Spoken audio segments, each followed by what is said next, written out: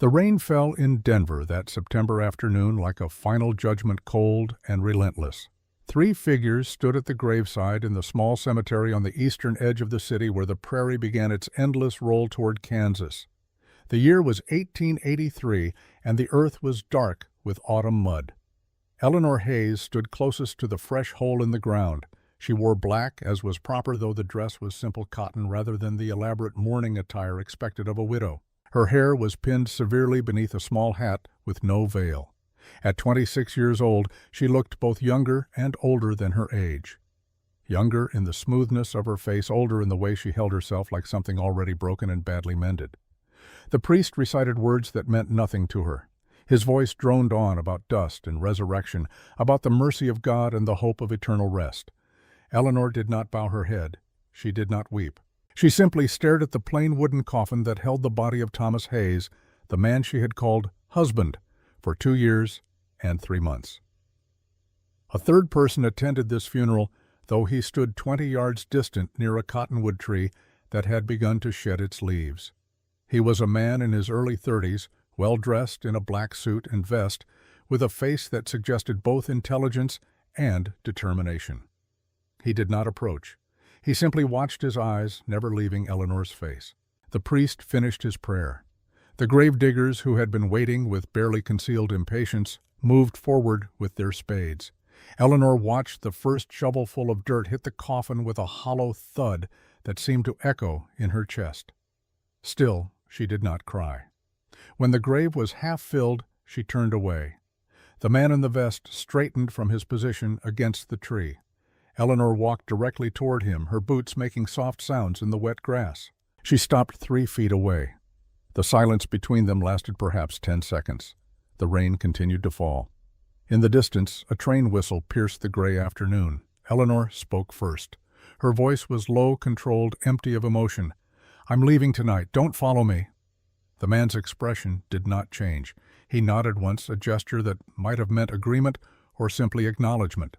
Eleanor walked past him without another word down the muddy path toward the cemetery gates, leaving behind the grave and the rain, and the man who watched her go with eyes that calculated and remembered. 3 weeks later, Eleanor Hayes stepped off a train in Redemption, Arizona territory. The settlement was smaller than she had expected, though the advertisement in the Denver newspaper had been honest about that much. One main street of packed earth lined with perhaps a dozen wooden buildings in various states of completion, a general store, a boarding house.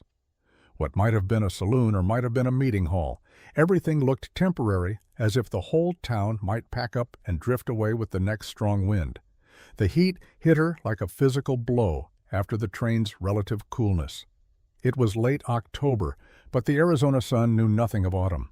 Eleanor carried a single carpetbag small enough to manage alone, heavy enough to make her shoulder ache. Everything she owned in the world fit inside it with room to spare. She had chosen Redemption for its name and for the small advertisement she had found in the back pages of the Rocky Mountain News. Teachers wanted. Experience preferred, but not required. No questions asked about past employment. Those last 7 words had decided her. The general store stood at the center of town, a solid structure of weathered wood with a covered porch and windows that actually had glass. Eleanor climbed the 3 steps and pushed open the door. A bell jangled overhead. The interior was dim after the brilliant sunlight. She blinked, letting her eyes adjust. Shelves lined the walls stocked with the necessities of frontier life. Sacks of flour and beans, bolts of cloth, tools and rope and lamp oil. And behind the counter stood a man in his mid-40s, solidly built with thinning hair and shrewd eyes. "Help you, ma'am." His voice was polite, but reserved the tone of a man who had learned not to trust strangers too quickly. "I'm looking for the town council," Eleanor said. "I understand there's a teaching position available." The man's eyebrows rose slightly. "You're the teacher. I'm a teacher. Whether I'm your teacher remains to be seen." A smile flickered at the corner of his mouth. "Fair enough. I'm William Cross. I'm on the council. The others meet here most evenings. You picked a good day. They'll be gathering in about an hour." Eleanor set down her bag. "Then I'll wait." She was examining a display of books, mostly Bibles and almanacs, when the door opened again. She did not turn immediately. She heard the footsteps first measured and confident, and then a voice speaking to William Cross. "Afternoon, William. I need 20 pounds of oats and some lamp oil." The voice was deep, roughened by wind and sun. Eleanor kept her eyes on the books, but every nerve in her body had gone alert. "Sure thing, Caleb. Give me a minute to measure it out." Eleanor turned slowly as if merely curious about the other customer. The man stood near the counter, his back partially to her, tall, broad-shouldered, wearing work clothes and a battered hat. Perhaps 35 years old, though the weathering of the territory made age hard to judge. As she watched, he removed his hat, revealing dark hair threaded with gray at the temples. Their eyes met for perhaps 3 seconds. Eleanor saw intelligence there and something else. A kind of contained watchfulness, the look of a man who noticed things and filed them away for later consideration. His eyes were an unusual pale gray, startling against sun-darkened skin. Caleb Morgan saw a woman alone, travel-worn, standing very still in a way that suggested either great calm or great control. Her eyes were dark brown, almost black, and they met his without flinching or invitation. Neither of them spoke. Caleb turned back to William, who was measuring oats into a cloth sack. Eleanor returned her attention to the books, though she no longer saw the titles. The moment passed. Caleb collected his supplies paid and left without another word. The bell jangled. Eleanor released a breath she had not realized she was holding. "That's Caleb Morgan," William said apropos of nothing. "Runs a ranch about 3 miles north. Good man.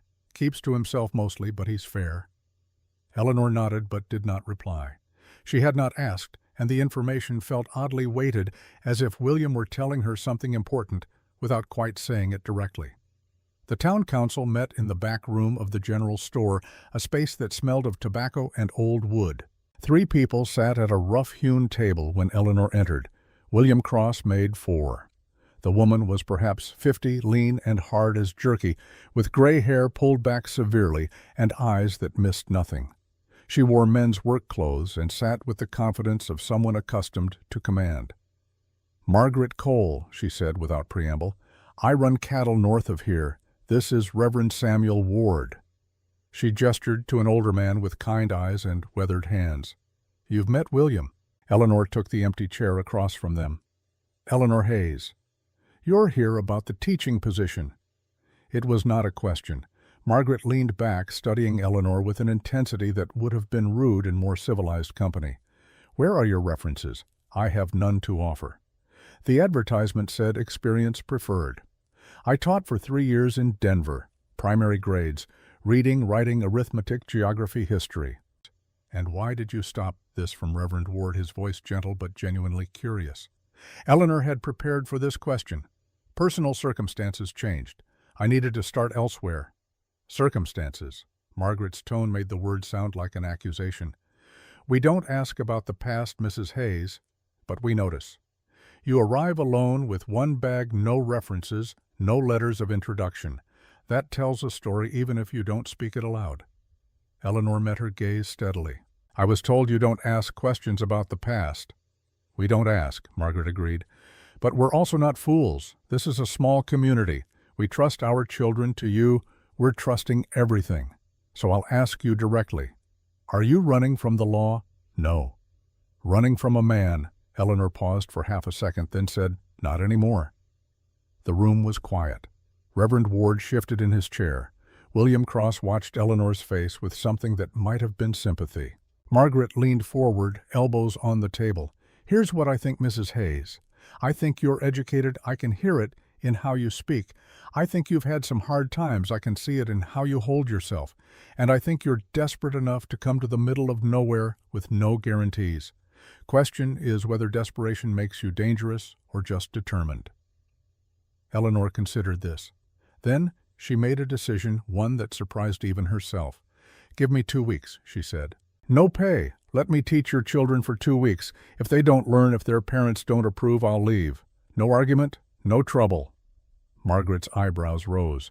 "You're that confident." "No, but I'm that desperate. And desperation, Mrs. Cole, makes a person either very dangerous or very focused. I can promise you I'm the latter." A smile, brief and sharp, crossed Margaret's face. She looked at the two men. Reverend Ward nodded slightly. William shrugged, which seemed to mean assent. 2 weeks, Margaret said. We'll pay you $5 for the trial period because even desperate people need to eat. Room and board at the boarding house. School starts Monday. You'll have 12 students ages 6 to 16. The building's not much, just a one-room structure we use for meetings, but it has a stove and some benches. You'll need to bring your own materials or make do with what we have, which isn't much. Eleanor stood. Thank you. Don't thank us yet. These are frontier children, Mrs. Hayes. They're not soft and they're not patient.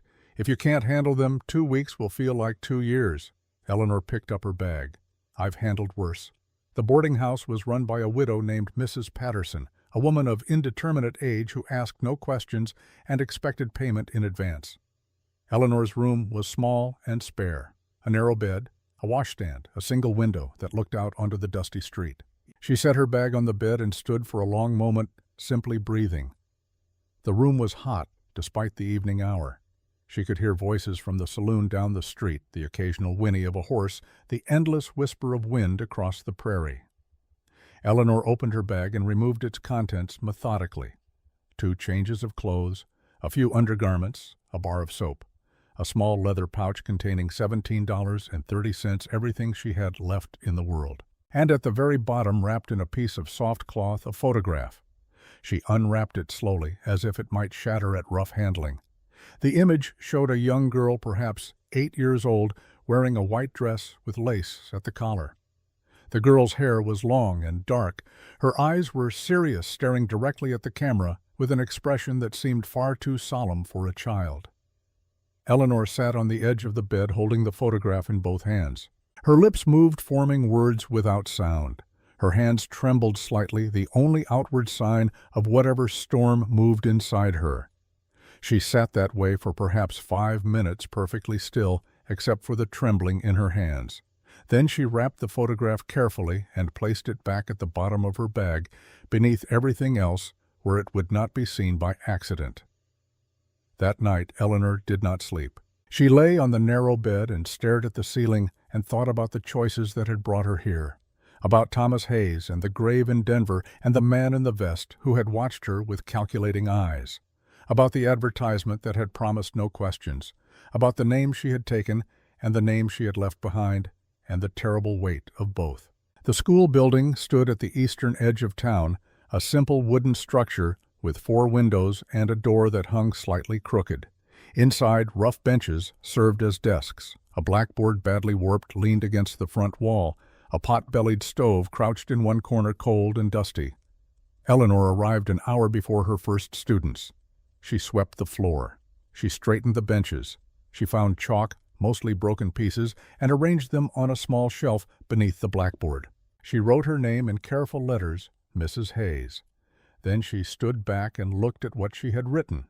The name felt like a costume, something put on for a performance, but it was the name on the papers she carried, and it would serve. The first student arrived at 7:30. A girl perhaps 8 years old with blonde braids and a serious expression. She stood in the doorway clutching a slate and stared at Eleanor. "Good morning," Eleanor said. "What's your name?" "Anna." The girl's voice was barely audible. "Anna Kirkland." Eleanor felt something catch in her chest at the name, but her expression did not change. "I'm Mrs. Hayes. Welcome, Anna. Choose any seat you like." By 8:00, 12 children had gathered, ranging from a small boy who looked barely 6 to a gangly youth who was probably 16 and clearly did not want to be there. They sat in suspicious silence, watching Eleanor with the wariness of young animals confronting something unfamiliar. Eleanor faced them from the front of the room. She did not smile. She did not offer false warmth. "My name is Mrs. Hayes," she said. "I'm going to be your teacher for the next 2 weeks. After that, your parents will decide if I stay longer. Some of you can read. Some of you cannot. Some of you want to be here. Some of you do not. None of that matters to me. What matters is this. While you are in this room, you will be respectful. You will try, and you will learn. If you can do those 3 things, we will get along. If you cannot, we will have problems. Does anyone have questions?" Silence. 12 pairs of eyes staring at her, assessing, judging. "Good. Then let's begin." The first day was a careful dance of assessment. Eleanor had each student read aloud those who could. She had them write their names, those who were able. She asked simple arithmetic questions and watched who answered quickly and who struggled.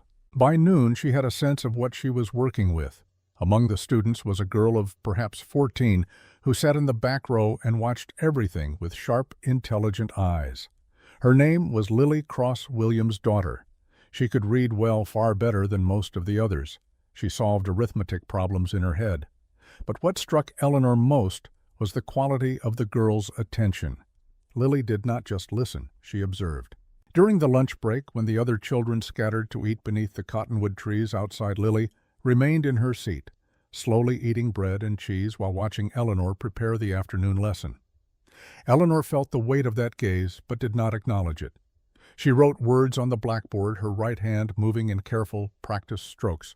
She had trained herself to write right-handed over the past 3 months, though it still felt awkward, unnatural. What she did not notice was the moment Lily's eyes narrowed slightly, her head tilting in consideration, as Eleanor reached across to erase part of the board with her left hand. The movement was natural, unconscious, the hand moving with far more grace and certainty than the right hand had shown while writing. Lily said nothing, but she filed the observation away, a piece of a puzzle she did not yet know she was assembling. The days fell into a pattern. Eleanor taught from morning until mid-afternoon. The children learned, some quickly, some slowly, but all of them learned. The ones who could read began to help the ones who could not. The older students grudgingly at first began to take pride in solving harder problems. Eleanor lived simply. She ate little, spoke less. She prepared lessons in her room at the boarding house. She walked to and from the school alone. She did not attend church on Sundays, which was noticed and commented upon, though no one confronted her directly. She was aware of being watched. The town was small enough that a newcomer, especially a woman alone, drew attention simply by existing. She felt eyes on her when she walked to the store for supplies. She heard the whispers that stopped when she came near. And she was aware of Caleb Morgan, though she saw him only occasionally. He would be in the store when she arrived, or riding past on some errand, or standing with a group of men outside the saloon. They never spoke again after that first brief moment. But twice she felt his eyes on her, that same measuring gaze, as if he were trying to solve an equation that did not quite balance. On the 10th day of her trial period, something happened that changed the careful equilibrium she had constructed. It was late afternoon. The students had left. Eleanor was alone in the schoolhouse, gathering her materials for the next day's lessons. The door was open to catch what little breeze moved in the October heat. She heard footsteps on the wooden porch but did not look up immediately. Parents sometimes came by after hours to discuss their children's progress. Mrs. Hayes, the voice was low, controlled, and sent ice down Eleanor's spine. She knew that voice. She had heard it last in a Denver cemetery in the rain. She turned slowly. The man in the vest stood in the doorway, backlit by the afternoon sun, so that his features were shadowed. But she knew him. Daniel Carver, 32 years old, educated, relentless. A man who did not forget and did not forgive. For a long moment, neither of them spoke. Eleanor's mind raced through possibilities, calculations, consequences. Her face remained perfectly calm. "May I help you?" Her voice betrayed nothing. Daniel stepped inside, closing the door behind him. The small room suddenly felt very confined. "Hello, Anna." The name hung in the air between them like an accusation. Eleanor's expression did not change. "You have the wrong person. Do I—" Daniel moved closer, his eyes never leaving her face. "Anna Winters, formerly of Denver, wanted for questioning regarding the death of Thomas Hayes." "I answered all questions. The court cleared me." "The court." Daniel's smile was cold, but not the family. Eleanor set down the books she had been holding. Her hands were steady, though her heart hammered against her ribs. "I was told this matter was closed." "Some matters don't close, Mrs. Hayes, or should I say Miss Winters. Some debts remain unpaid. I owed your brother nothing. You owed him his life." The words fell like stones into still water. Eleanor felt them sink into her chest, heavy and cold. "If you've come to arrest me," she said quietly, "then do it. If you've come to threaten me, save your breath. I've lived with threats before." Daniel studied her for a long moment. Then he reached into his jacket and pulled out a folded document. "I'm not here to arrest you, not yet. I'm here to invite you to return to Denver. There's new evidence. A witness who heard you arguing with Thomas the night he died. The district attorney wants to reopen the case." "No." "It wasn't a request, Anna. It's a summons. You have 3 days to make arrangements. I'll be staying at the boarding house. If you attempt to run, I will find you. And next time, it won't be an invitation." He placed the document on one of the benches and turned to leave. At the door he paused. "You know what's interesting? The advertisement you answered. No questions about the past. Almost like it was designed to attract someone running from something. Makes a person wonder if someone wanted you to come here, if someone knew you'd need a place to hide." The door closed behind him. Eleanor stood in the empty schoolroom staring at the document on the bench. Her hands, which had been steady moments before, began to shake. Outside the window, hidden behind the corner of the building, Lily Cross had heard everything. That evening, Caleb Morgan sat on the porch of his ranch house, watching the sun sink toward the western horizon. The telegram in his hand had arrived that afternoon, delivered by a writer from the nearest telegraph office in Tucson. The message was brief. "Checking on woman late 20s, arrived your area recently. Maybe using name Hayes. Distinctive scar on left wrist. Reply if located. Marshall Henry, Blackwood, Denver." Caleb had known Henry for 15 years. They had worked together when Caleb was still wearing a badge. Henry was thorough, honest, and did not waste time on trivial matters. Caleb thought about the woman he had seen in William's store, Eleanor Hayes, with her careful composure and watchful eyes.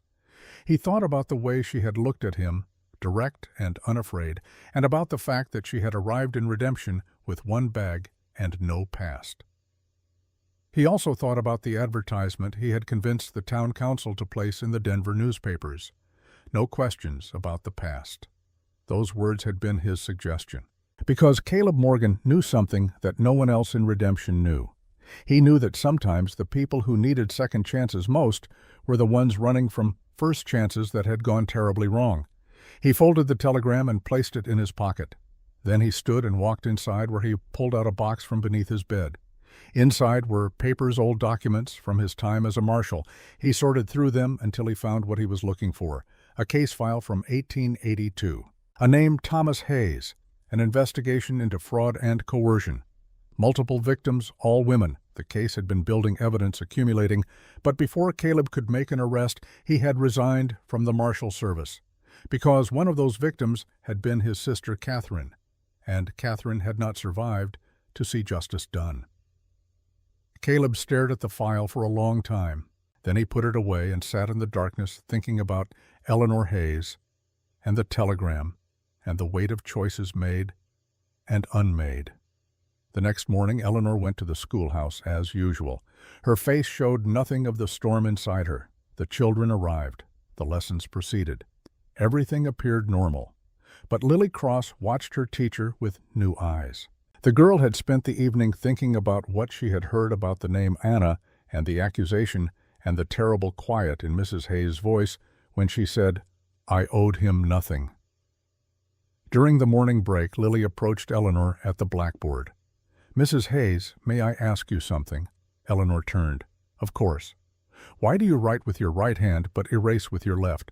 The question hung in the air. Eleanor's expression did not change, but something flickered in her eyes there, and gone in an instant. "I'm not sure what you mean."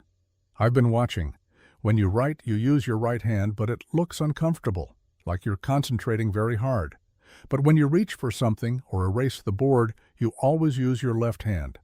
Naturally, like you don't have to think about it." Eleanor set down the chalk very carefully. "You're very observant, Lily. My mother used to say that noticing things was how you stayed safe." The girl's voice was quiet. She had to notice things, because if she didn't, she'd get hurt. Understanding passed between them, silent and complete. "Your mother was wise," Eleanor said. "She's dead now, 2 years ago.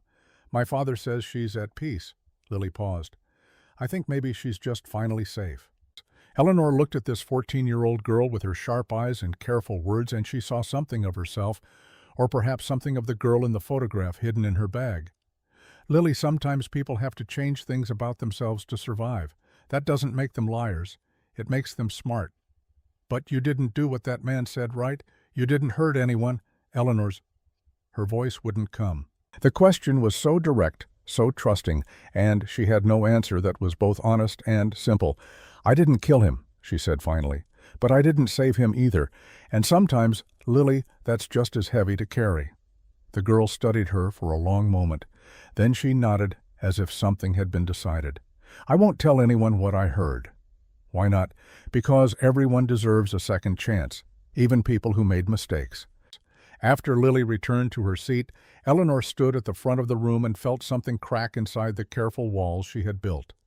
This child who had lost her mother and learned too young about survival was offering trust. And Eleanor did not know if she deserved it. That afternoon, after the students left, Eleanor locked the schoolhouse door and walked not toward the boarding house, but toward the creek that ran north of town. She needed to think, needed space away from watching eyes and careful questions. The creek was low. October having been dry, but there was still water moving over smooth stones. Cottonwood trees lined the banks, their leaves yellow and beginning to fall. Eleanor sat on a flat rock and stared at the water, trying to sort through the impossible choices ahead of her. She could run, take her few possessions, and disappear into the vast territory, become someone else again. But running was what had brought her here, and she was tired, so tired of running. She could go back to Denver, face whatever new evidence Daniel had found. Hope that the truth would be enough, though she knew from bitter experience that truth was often the weakest defense. Or she could stay, fight, risk everything on the slim chance that this small town, these people who barely knew her, might choose to believe her over the accusations of a dead man's family. She heard footsteps behind her but did not turn. She knew somehow who it would be. Caleb Morgan stopped a few feet away. He did not speak immediately. The creek filled the silence with its endless murmur. Finally, Eleanor said without looking at him, "Did you come to tell me you know I came to ask if you're all right?" "That's not an answer." "Neither was what you just said." Eleanor turned to face him. In the afternoon light, his pale gray eyes looked almost silver. His fingers worked the brim of his hat, restless, a gesture that seemed almost nervous, though his expression remained calm. "You're not from around here," he said. It was the opening she had expected. "Neither are you originally." A flicker of something surprise or respect crossed his face. "No, I'm from Kansas. Came out here 8 years ago. Running from something. Trying to find something. There's a difference." Eleanor stood brushing dust from her skirt. "Is there... It seems to me that running and searching often look the same from the outside." Caleb studied her for a moment. Then he said quietly, "What are you running from, Mrs. Hayes? The same thing you are Mr. Morgan, a past that won't let go." The words hung between them heavy with implications. Neither of them spoke aloud. "The man who came to town yesterday," Caleb said. "Daniel Carver. He's asking questions about you." "I know. He's the one doing the asking. He says he's a lawyer, says he's looking for someone connected to a case in Denver." Eleanor met his gaze directly. "And what do you think, Mr. Morgan? Do I look like someone connected to a case?" "I think," Caleb said slowly, "that everyone who comes to redemption is connected to something. That's why this place exists. It's where people come when everywhere else has failed them." "Is that what happened to you? Everywhere else failed you?"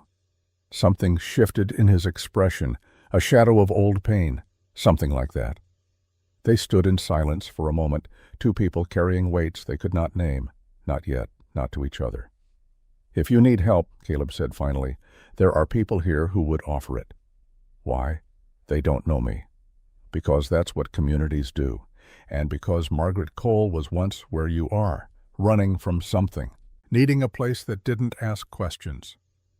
Eleanor turned away, looking at the water again. "I don't want help. I want to be left alone." "Those two things aren't the same." "Aren't they?" Caleb put his hat back on.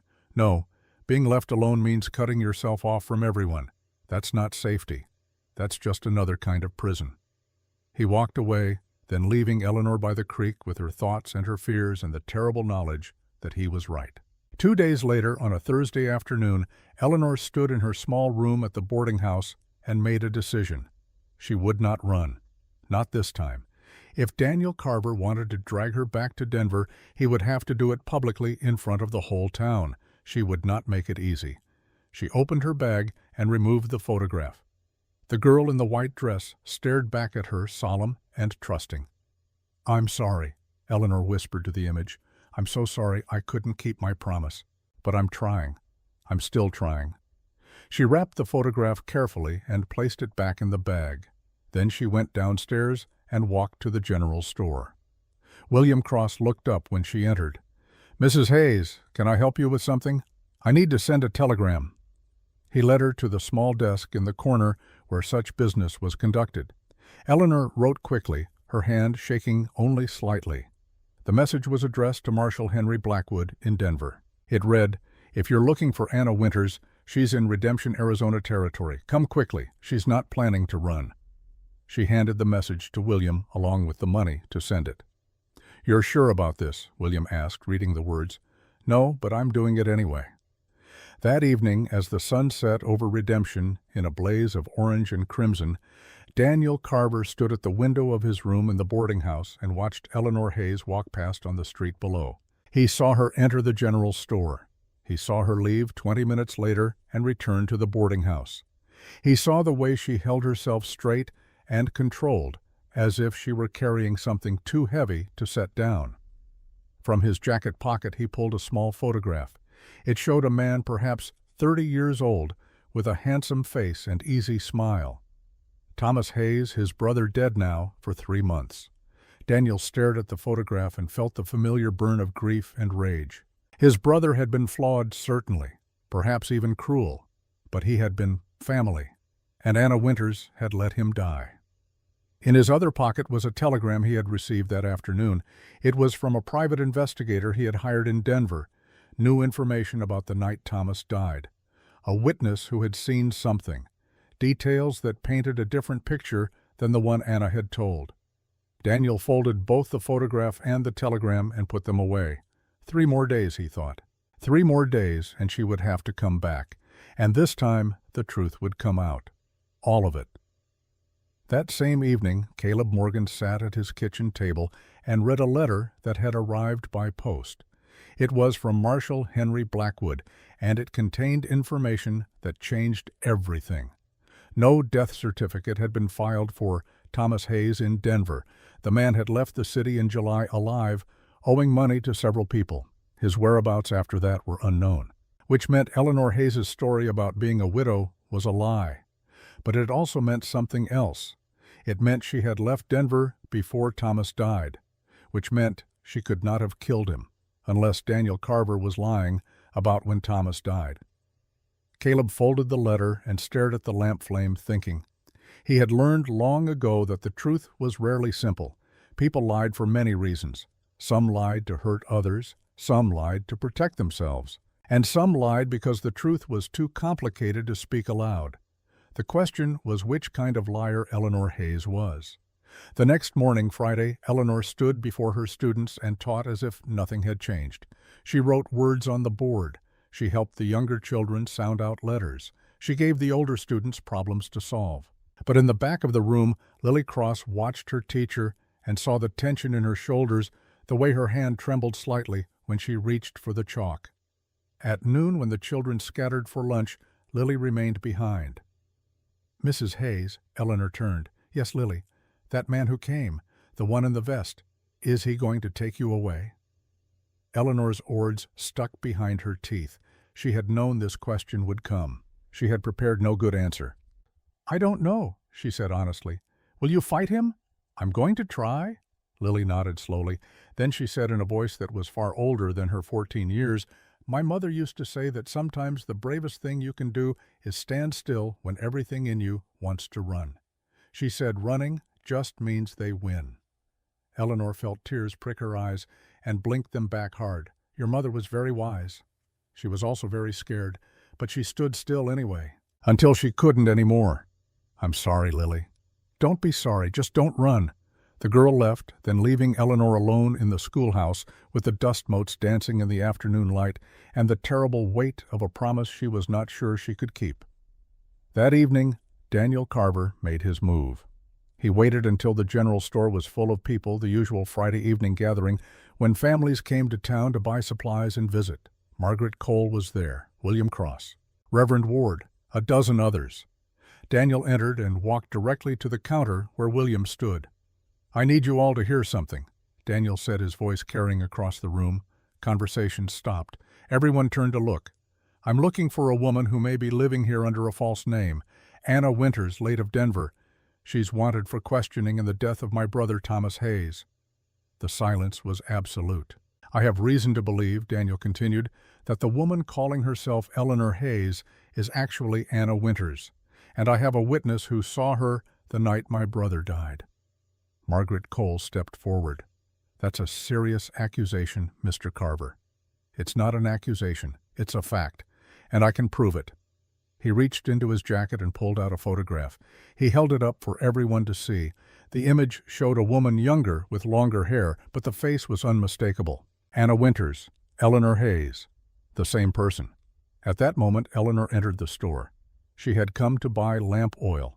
She froze in the doorway, seeing Daniel, seeing the photograph, seeing every eye in the room turn to her. The silence stretched like a wire pulled too tight. Finally, Margaret Cole spoke. "Mrs. Hayes, is what this man says true? Are you Anna Winters?" Eleanor looked at the faces staring at her. She saw judgment there, fear, curiosity. She saw Lily Cross standing near her father, eyes wide. She saw William troubled. She saw Reverend Ward sad. And standing near the back, she saw Caleb Morgan, his expression unreadable. Eleanor took a breath. Then she made a choice. "Yes, my real name is Anna Winters." The room erupted, people talking at once. Daniel stepped forward triumphant, but Eleanor raised her voice above the noise. "And I did not kill Thomas Hayes. I was his wife. I left him because he was cruel and controlling. I came here to start a new life, that's the truth." "That's a lie." Daniel's face flushed red. "You were there when he died. A neighbor heard you arguing." "Yes, we argued, and then I left. And when I heard he had died, I did not mourn, but I did not kill him. You let him die." The accusation hung in the air. Eleanor's hands clenched at her sides. "No," she said quietly, "I let myself live." In the silence that followed, a voice spoke from the back of the room. "I have something to say." Everyone turned.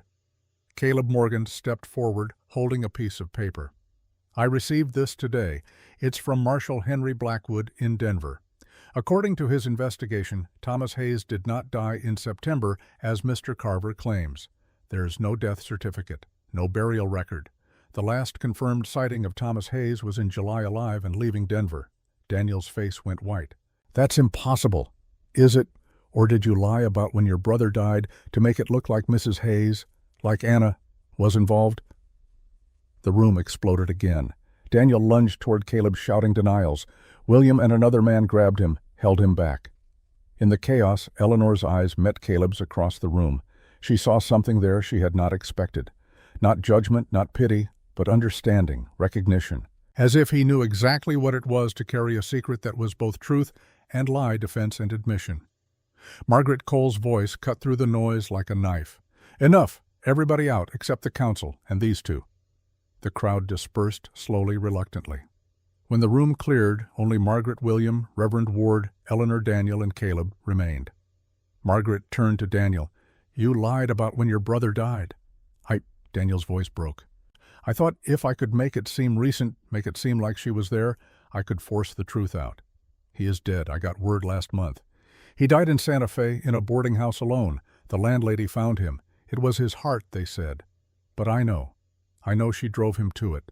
Her coldness, her refusal to love him." His voice cracked completely. "He loved her. My brother loved her. And she left him to die alone." Eleanor stared at this broken man and felt something shift inside her. Not forgiveness, not yet, but perhaps the beginning of understanding. "I'm sorry for your loss," she said quietly, "but I will not apologize for leaving a marriage that was destroying me. Your brother may have loved me in his way, but his love felt like drowning." Daniel sank into a chair, his face in his hands. Margaret looked at Eleanor. "Mrs. Hayes, Anna, whatever you want to be called, did you have anything to do with Thomas Hayes's death?" "No, I left him in July. I never saw him again." Do you have proof? Eleanor thought of the telegram she had sent. The one that would bring Marshal Blackwood here, the one that would expose every truth and every lie. Marshal Blackwood is coming, she said. I sent for him myself. He can verify everything. Margaret studied her for a long moment. Then she nodded. All right, we wait for the marshal. Until then you keep teaching. And you, she turned to Daniel, you stay away from her. Understood. Daniel did not answer. He simply sat there, grief and rage warring on his face. The meeting ended. People filed out. Eleanor found herself alone on the porch of the general store, staring at the dark street. Footsteps behind her. She did not turn. You sent for the marshal yourself, Caleb said. It was not a question. Yes. Why? Eleanor finally looked at him. In the lamplight from the store window, his face was all shadows and angles. Because I'm tired of running. Because these children deserve a teacher who isn't hiding. Because... She stopped, struggling for words. Because maybe redemption is not about erasing the past. Maybe it's about finally facing it. Caleb moved to stand beside her, both of them looking out at the dark town. I knew who you were, he said quietly, from the moment you arrived. I was a U.S. Marshal in Denver. I investigated Thomas Hayes. I knew what he did to women. I knew your name. Eleanor's breath caught. You knew, and you said nothing. I said nothing because I understood. My sister, his voice roughened. Catherine. She was one of Thomas's victims. She killed herself because of what he did to her. So when you showed up here, I saw it. The same hurt, the same need to disappear. And I thought, maybe I could give you what no one gave her, a chance to start over. Eleanor turned to face him fully. So this whole town, the advertisement, it was all a trap. Caleb shook his head. No, an opportunity for you, for others like you. For me too, if I'm honest. I needed to believe that second chances were possible, that people could be more than their worst moments. Tears ran down Eleanor's face. She did not try to hide them. I didn't kill him, she whispered. But I wanted to. There were moments when I hated him so much I wished him dead. Does that make me guilty? It makes you human. They stood in silence, two broken people on a dark street in a town named for the thing they both needed most. Finally, Eleanor said, The girl in the photograph. In my bag. Her name is Grace. She's my sister. She's 12 years old now, in an orphanage in Denver because I couldn't afford to keep her. Everything I've done, every lie I've told, every choice I've made, it's been to get her back, to earn enough money to bring her here, to give her a life that doesn't include men like Thomas Hayes.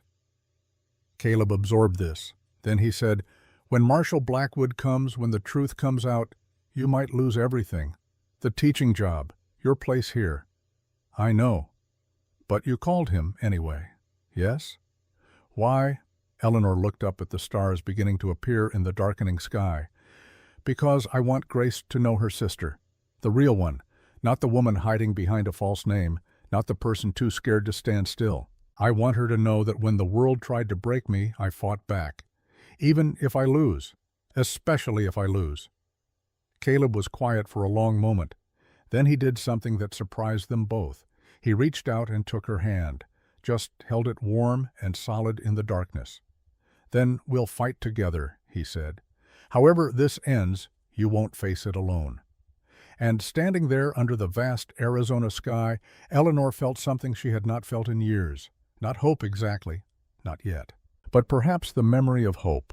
The possibility that maybe, just maybe, she had found the one thing she had been searching for all along. Not redemption in the form of forgiveness, but redemption in the form of finally being seen. And across the street, hidden in the shadows of the boarding house porch, Daniel Carver watched them and felt his certainty begin to crack. Because in that moment, seeing Anna Winter's tears and hearing the brokenness in her voice, he understood something terrible. His brother had not loved this woman. He had owned her, controlled her, broken her. And Daniel, in his grief and rage, had been trying to finish what Thomas started. The photograph of his brother felt heavy in his pocket. The telegram about new evidence felt like ash in his mouth.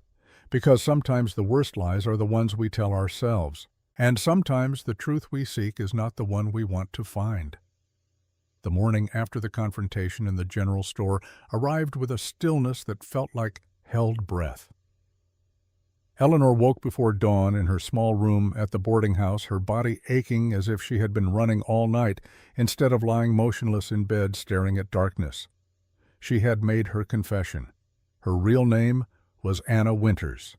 The secret she had carried like a second skin for 3 months had been stripped away in front of half the town, and now she had to face the consequences. She dressed carefully, her hands steady despite the trembling that lived somewhere deeper in her bones. The blue cotton dress carefully mended, her hair pinned back with precision. If she was going to stand before her students today, she would do it looking like someone who had nothing to hide. The schoolhouse was empty when she arrived, as it always was at this hour. Eleanor swept the floor that did not need sweeping. She arranged the chalk that was already arranged. She wrote the day's lessons on the board in her careful, right-handed script, though her left hand ached with the desire to take over. She was erasing a mistake when she heard the door open behind her. Margaret Cole stood in the doorway, her weathered face unreadable in the early morning light. "Mrs. Hayes," she said. Then she paused.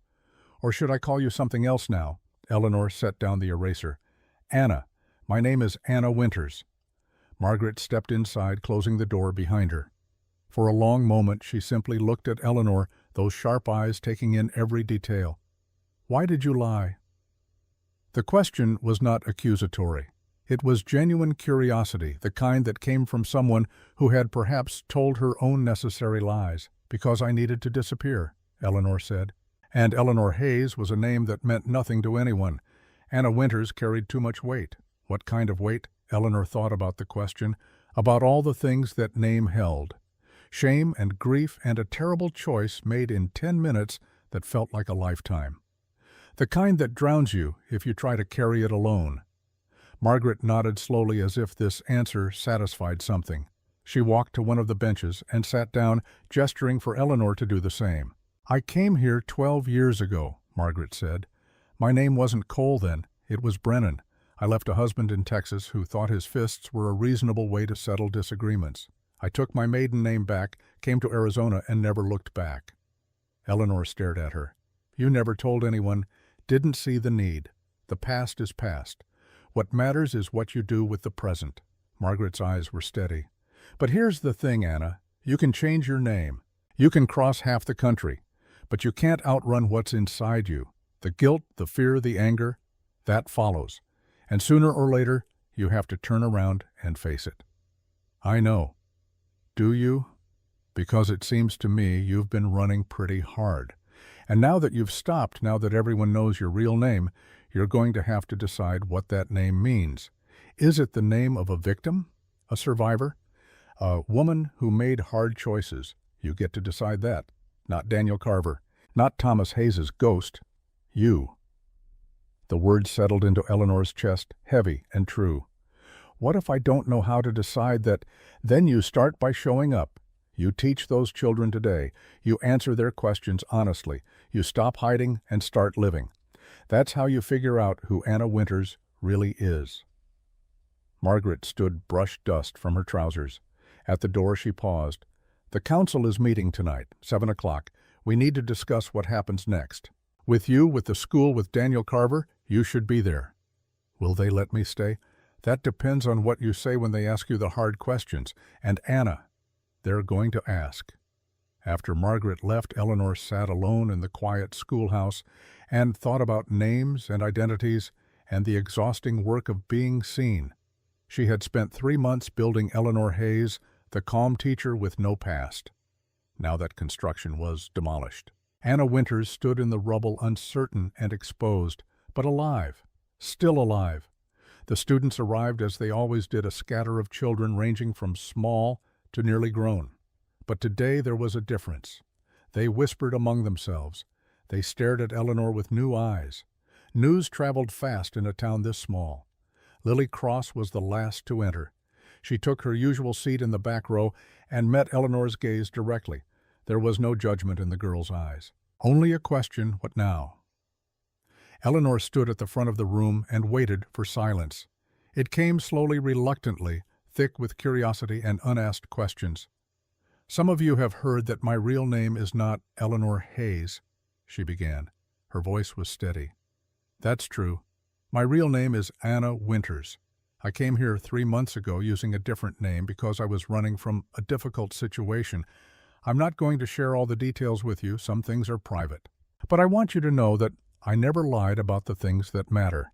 I'm still a teacher, I still believe in education, and I still believe that every one of you can learn and grow and become someone remarkable." A small hand went up. Anna Kirkland, the 8-year-old with serious eyes. "Yes, Anna.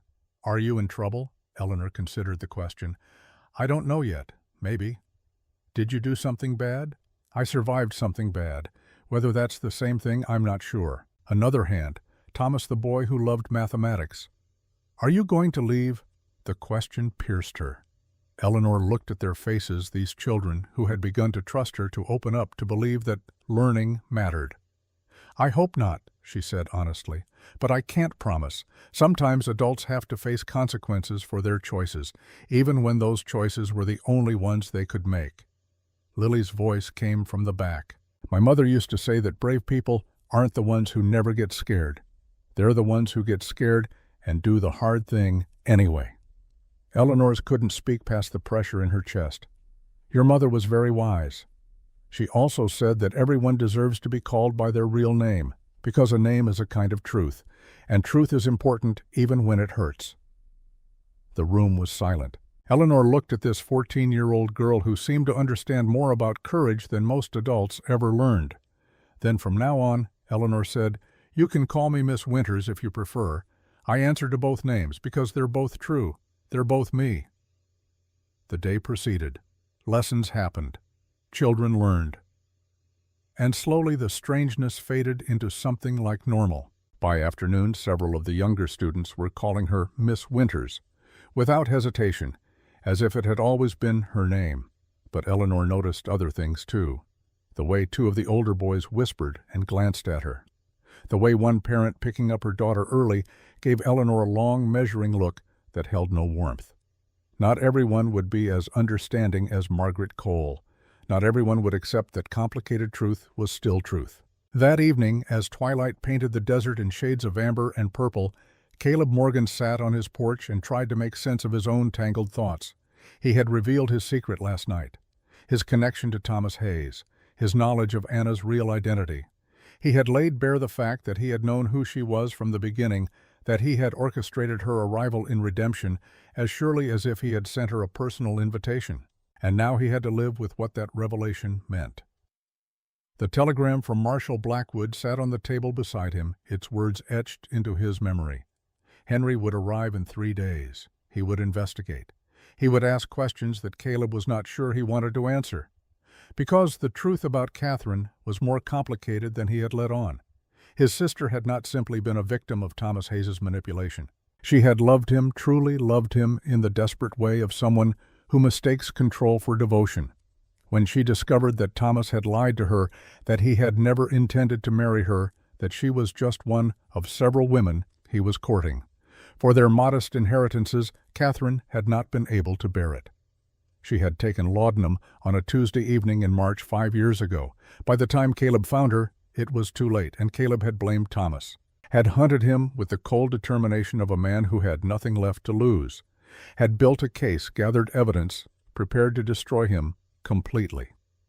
But then Thomas had disappeared from Denver, and Caleb's hunt had stalled.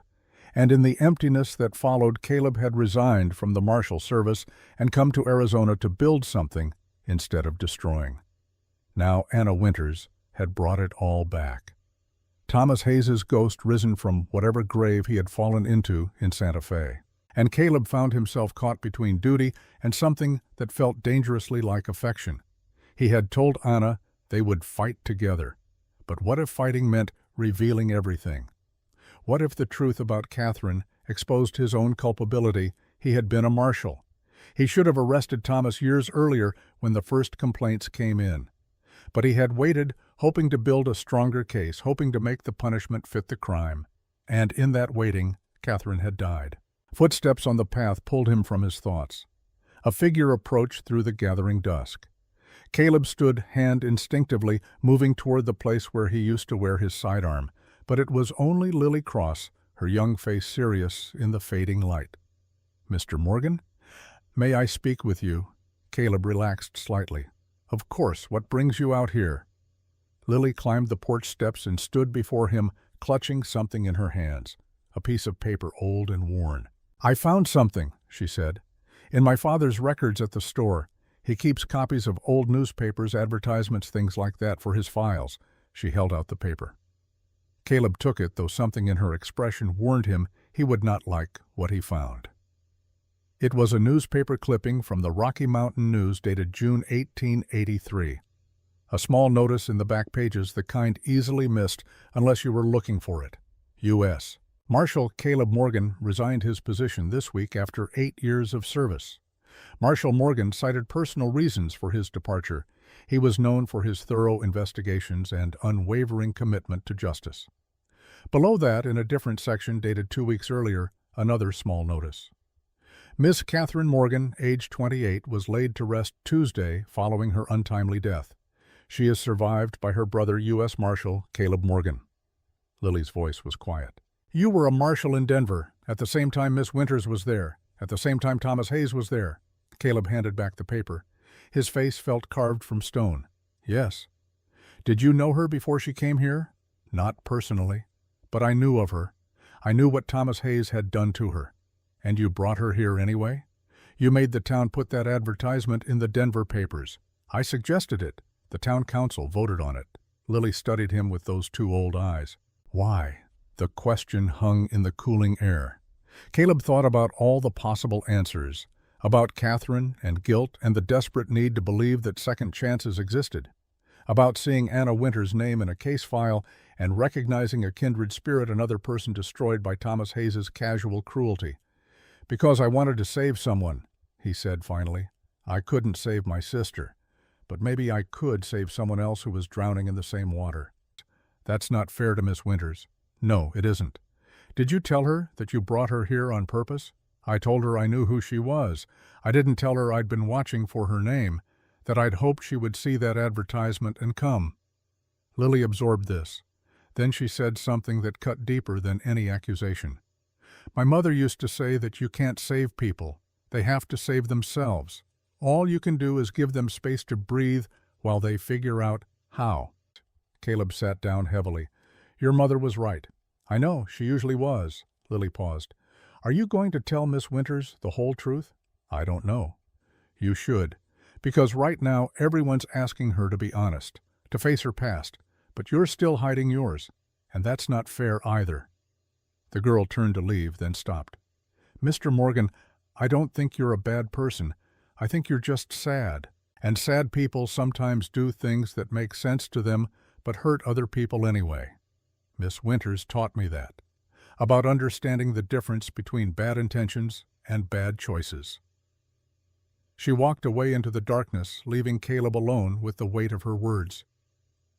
Inside the schoolhouse that same evening, Eleanor sat at her desk and tried to prepare for the council meeting, but her mind kept drifting to the past, to memories she had worked so hard to bury.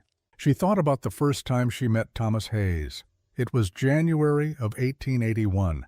She had been teaching at Miss Porter's Academy for Young Ladies in Denver for 2 years. The work was satisfying, but the pay was minimal. She lived in a boarding house with 3 other teachers, sharing a room to save money, because every penny she saved went to Grace. Their mother had died when Grace was 4 years old. Their father, a clerk with drinking problems and debts that multiplied like rabbits, had tried to manage 2 daughters alone. He had failed spectacularly. By the time Anna was 22 and Grace was 6, their father was deeper in debt than ever and growing desperate. That was when Thomas Hayes appeared. He was handsome, well-dressed, seemingly prosperous. He came to the boarding house looking for Anna, specifically sent by her father with a proposal. Thomas would forgive her father's debts, all of them, thousands of dollars. In exchange, Anna would marry him. Anna had refused at first, but then her father came to her, reeking of whiskey and desperation, and told her the truth. The men he owed money to were not patient creditors. They were dangerous. And if he could not pay, they would take it out on Grace. Anna remembered the moment she agreed, the way Thomas's smile had widened, the way her father had wept with relief, the way her own heart had turned to ice in her chest. They married 3 weeks later in a cold ceremony with no guests, and that was when Anna learned the truth. Thomas had lied. He had no intention of forgiving the debts.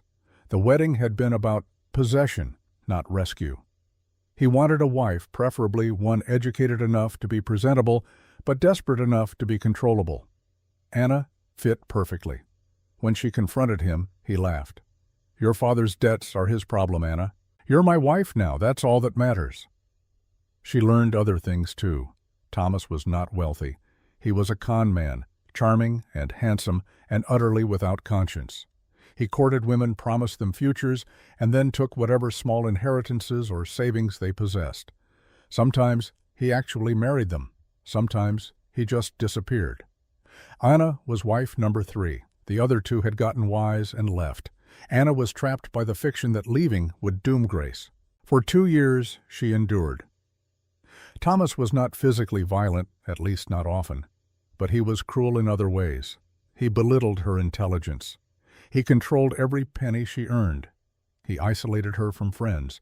He made her feel small and worthless and utterly alone. And through it all, Grace remained in their father's care, a constant threat held over Anna's head. Then in July of 1883, their father died. Not violently, as Anna had always feared, but quietly in his sleep, his heart simply giving out after years of abuse. And with his death, the leverage disappeared. Anna went to Grace, who was now 12, and living in a squalid apartment with a neighbor who had taken her in out of pity. She promised her sister that she would come back for her, that she would find a way to earn enough money to support them both. But first she had to leave Thomas. The night she told him Thomas had been drinking, they argued in the small house he rented on the edge of Denver. He shouted that she was his property, that she could not leave, that he would find her no matter where she went. Anna had stood her ground. "I'm leaving, tonight. You can't stop me." Thomas had lunged at her, then grabbing her wrist. There was a table between them set with dishes from dinner. As he pulled, Anna's arm swept across the table. A glass shattered. She still remembered the sound of it breaking, the way the lamplight caught the shards, the sharp pain as a piece cut her wrist, opening a line of red. Thomas had let go, startled by the blood, and Anna had run. She left with nothing but the clothes on her back and $30 she had hidden in her shoe. She went to Grace, told her to wait, promised she would send for her as soon as she could. Then she disappeared into the vast territory beyond Denver, becoming Eleanor Hayes, widow, teacher, ghost. She learned later through a carefully worded telegram to a former colleague that Thomas had left Denver shortly after. No one knew where he had gone. Anna had allowed herself to hope he would simply vanish into whatever new con he was running. Then, 3 months ago, another telegram. Thomas Hayes had been found dead in a boarding house in Santa Fe. Heart failure. No suspicious circumstances. And Anna had felt nothing. No grief, no relief. Just a hollow emptiness where emotion should have been. Until Daniel Carver appeared, dragging Thomas's ghost back into her carefully constructed new life. A knock on the schoolhouse door startled her from memory. Eleanor looked up to find Caleb standing in the doorway, hat in hand. "May I come in?" She nodded, not trusting her voice. Caleb entered, closing the door behind him. He did not sit. He stood before her desk, his hands tight on the hat brim, knuckles pale she was beginning to recognize. "I need to tell you something," he said. "Before the council meeting, before the marshal arrives. You deserve to know the whole truth." Eleanor braced herself. "All right. When I said I knew who you were, that was true. But I didn't tell you how I knew, or why I cared." He told her then. About Catherine, his sister, brilliant and sensitive and desperate for love. About Thomas Hayes and his promises. About the engagement that was never real, the money that disappeared, the laudanum bottle, found empty beside Catherine's bed. "I was a marshal," Caleb said, his voice rough. "I should have arrested him. I had enough evidence, but I wanted to build a stronger case. I wanted to make sure he paid for everything he'd done, not just to Catherine, but to all the women he'd hurt. So I waited. I gathered more evidence. I built my case carefully." He paused, his jaw tight. "And while I was building that case, my sister died." Eleanor's breath caught. "After the funeral, I resigned. I couldn't be a lawman anymore. Couldn't trust myself to care about justice when I only wanted revenge. So I came here, built a ranch, tried to build a life that wasn't about hunting Thomas Hayes." "But you never stopped looking for him." "No, I kept track, through old contacts, through newspapers. And when I heard about a woman named Anna Winters who had left Thomas, who was alive when Catherine was dead, He stopped, struggling with the words. "I wanted to know how you survived when she didn't. So you brought me here." I suggested the advertisement, worded it in a way that might catch your eye if you were looking for a place to disappear. I didn't force you to come, but I influenced the odds. Eleanor stood slowly, her hands flat on the desk. "You used me." "Yes. To what ease your guilt proved that someone could escape Thomas Hayes alive?" "Both?" "Neither." "I don't know." Caleb's voice broke slightly. "I thought if I could give you a chance, if I could help you build a new life, maybe it would mean Catherine's death wasn't completely meaningless. Maybe it would mean I hadn't completely failed." "That's not fair to Catherine. Or to me." "I know. God, Anna, I know. And I'm sorry. I should have told you from the beginning. But I was afraid you'd run if you knew someone was watching. Afraid you'd see it as manipulation instead of opportunity." "It was manipulation. Yes." They stood in silence, the weight of his confession settling between them like dust after an explosion. Finally, Eleanor spoke. "The night Thomas died, you said there was no death certificate, no record. How did you know?" "I didn't. Not for certain. I was bluffing, hoping to force Daniel to admit he was lying about the timeline. But he wasn't lying about Thomas being dead. No, Thomas Hayes is dead. Heart failure in Santa Fe, just like Daniel said.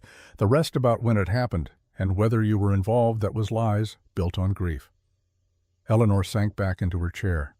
"Your sister, Catherine, did she know about me, about Thomas's other women?" "I don't know. She never spoke of it. I found out about his pattern after she died when I started investigating." Caleb's face was anguished. "If I had told her, if I had arrested him sooner, she might still be alive. Or she might have taken the laudanum anyway. Depression isn't always about circumstances, Caleb. Sometimes it's about something broken inside that no amount of saving can fix." The words hung between them, true and terrible. "Is that how you felt, with Thomas broken inside?" Eleanor considered the question. "No. With Thomas I felt buried alive. Suffocating. Like every day I stayed was another day of dying slowly. But I wasn't broken. I was trapped. There's a difference. And when I left, I could breathe again. For the first time in 2 years, I could breathe." Caleb moved closer, his eyes searching her face. "Anna, I know I don't have the right to ask this. Not after what I just told you. But when Marshal Blackwood comes, when this all gets investigated, there's going to be a question. About the night Thomas died. About whether you knew he was ill. Whether you could have helped him. I wasn't there when he died. I know. But Daniel is going to claim you drove him to it. That your leaving caused the heart failure. That you're responsible even if you weren't physically present." Eleanor laughed, a bitter sound. "So I'm guilty of the crime of leaving, of choosing to live instead of slowly dying in a loveless marriage." "That's what he'll argue, that you had a duty as a wife. That abandoning a sick man makes you culpable. Thomas wasn't sick when I left. He was angry and drunk and mean. Whatever happened to him afterward, whatever choices he made, they were his, not mine. I believe you, but you need to be ready for the questions, for the insinuations. Daniel lost his brother. He's not thinking clearly. He needs someone to blame, and you're the easiest target." Eleanor stood again, moving to the window. Outside, darkness had fallen completely. The town was a scatter of lamplight against the vast, empty desert. "I'm tired of being blamed for surviving," she said quietly. "Thomas Hayes hurt people. He hurt your sister. He hurt me. He hurt who knows how many other women. And when he died alone in a boarding house, that was the consequence of his own choices. Not mine, not Catherine's. His." She turned to face Caleb. "I know you wanted to save your sister. I know you see me and think about what might have been. But I'm not Catherine. I'm not a second chance for you to get it right. I'm just a woman who made hard choices and trying to live with them. I know that. Do you? Because from where I'm standing, it looks like you built this entire town into a stage for your redemption story. and I'm just a player in it, saying the lines you hoped I'd say." The accusation hung in the air. Caleb's face went pale. "That's not what I meant it to be." "Maybe not, but that's what it became." Before Caleb could respond, the door burst open. Lily Cross stood there breathless from running. "Miss Winters, Mr. Morgan, you need to come to the store now." "What's happened?" "It's Mr. Carver. He's calling a meeting. He says he has proof you killed his brother." The general store was packed with people when Eleanor and Caleb arrived. Every bench was full. People stood along the walls. Lamplight threw dancing shadows across faces tense with anticipation. Daniel Carver stood at the center of the room holding papers in his shaking hands. Margaret Cole sat at the council table with William Cross and Reverend Ward. She looked up as Eleanor entered. "Mrs. Hayes, Miss Winters, whatever we're calling you, Mr. Carver has requested an emergency meeting. He claims to have new evidence." Eleanor's stomach dropped. She forced her voice to remain steady. "What kind of evidence?" Daniel turned to face her. His eyes were red, whether from tears or rage, Eleanor could not tell. "Evidence that you knew my brother was ill, that you left him anyway, that you're responsible for his death." He held up the papers. "This is a letter from the landlady in Santa Fe, the woman who found Thomas dead. She says he mentioned a wife, that he was trying to find her, that he died calling for someone named Anna." Silence. "He was alone when he died," Daniel continued, his voice breaking. "Alone and sick and calling for the woman who abandoned him. That's murder even if you weren't holding the pillow over his face." Eleanor felt the weight of every eye in the room. She saw judgment there, uncertainty, fear. "I didn't know he was ill," she said clearly. "When I left Thomas in July he was healthy, angry but healthy. What happened to him after I left is tragic, but it's not my responsibility. You were his wife. I was his prisoner. He lied to me, controlled me, made my life a nightmare for 2 years. When I finally escaped, I did what any trapped animal does. I ran, and I don't regret it. You should. You should regret leaving a sick man to die alone. He wasn't sick when I left. How do you know? Did you ask? Did you care?" Daniel's face was twisted with grief and rage. "Or did you just run away like a coward, leaving him to face death alone?" The room erupted, people shouting over each other, some defending Eleanor, some condemning her.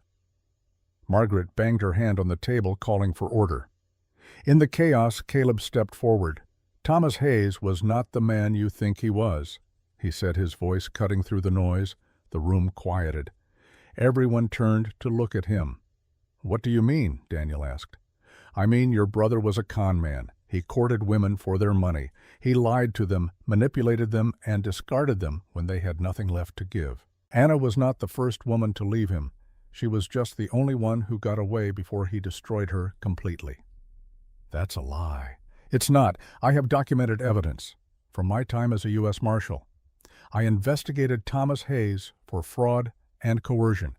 I have statements from 3 other women he victimized. I have financial records showing his pattern of theft. Your brother was a criminal, Daniel, and if he died alone, it's because he drove everyone away with his cruelty." Daniel's face went white. "No, Thomas wouldn't. He was my brother. He was a man who hurt people," Caleb said more gently now. "I'm sorry. I know that's hard to hear, but it's the truth." Daniel sank into a chair, the papers falling from his hands. "You're lying. You have to be lying." "I'm not." Margaret spoke into the silence. "Mr. Morgan, you said you have evidence at my ranch. Case files from 1882. I can bring them tomorrow." "Do that." Margaret turned to Daniel. "Mr. Carver, I'm sorry for your loss, truly, but these are serious accusations you're making.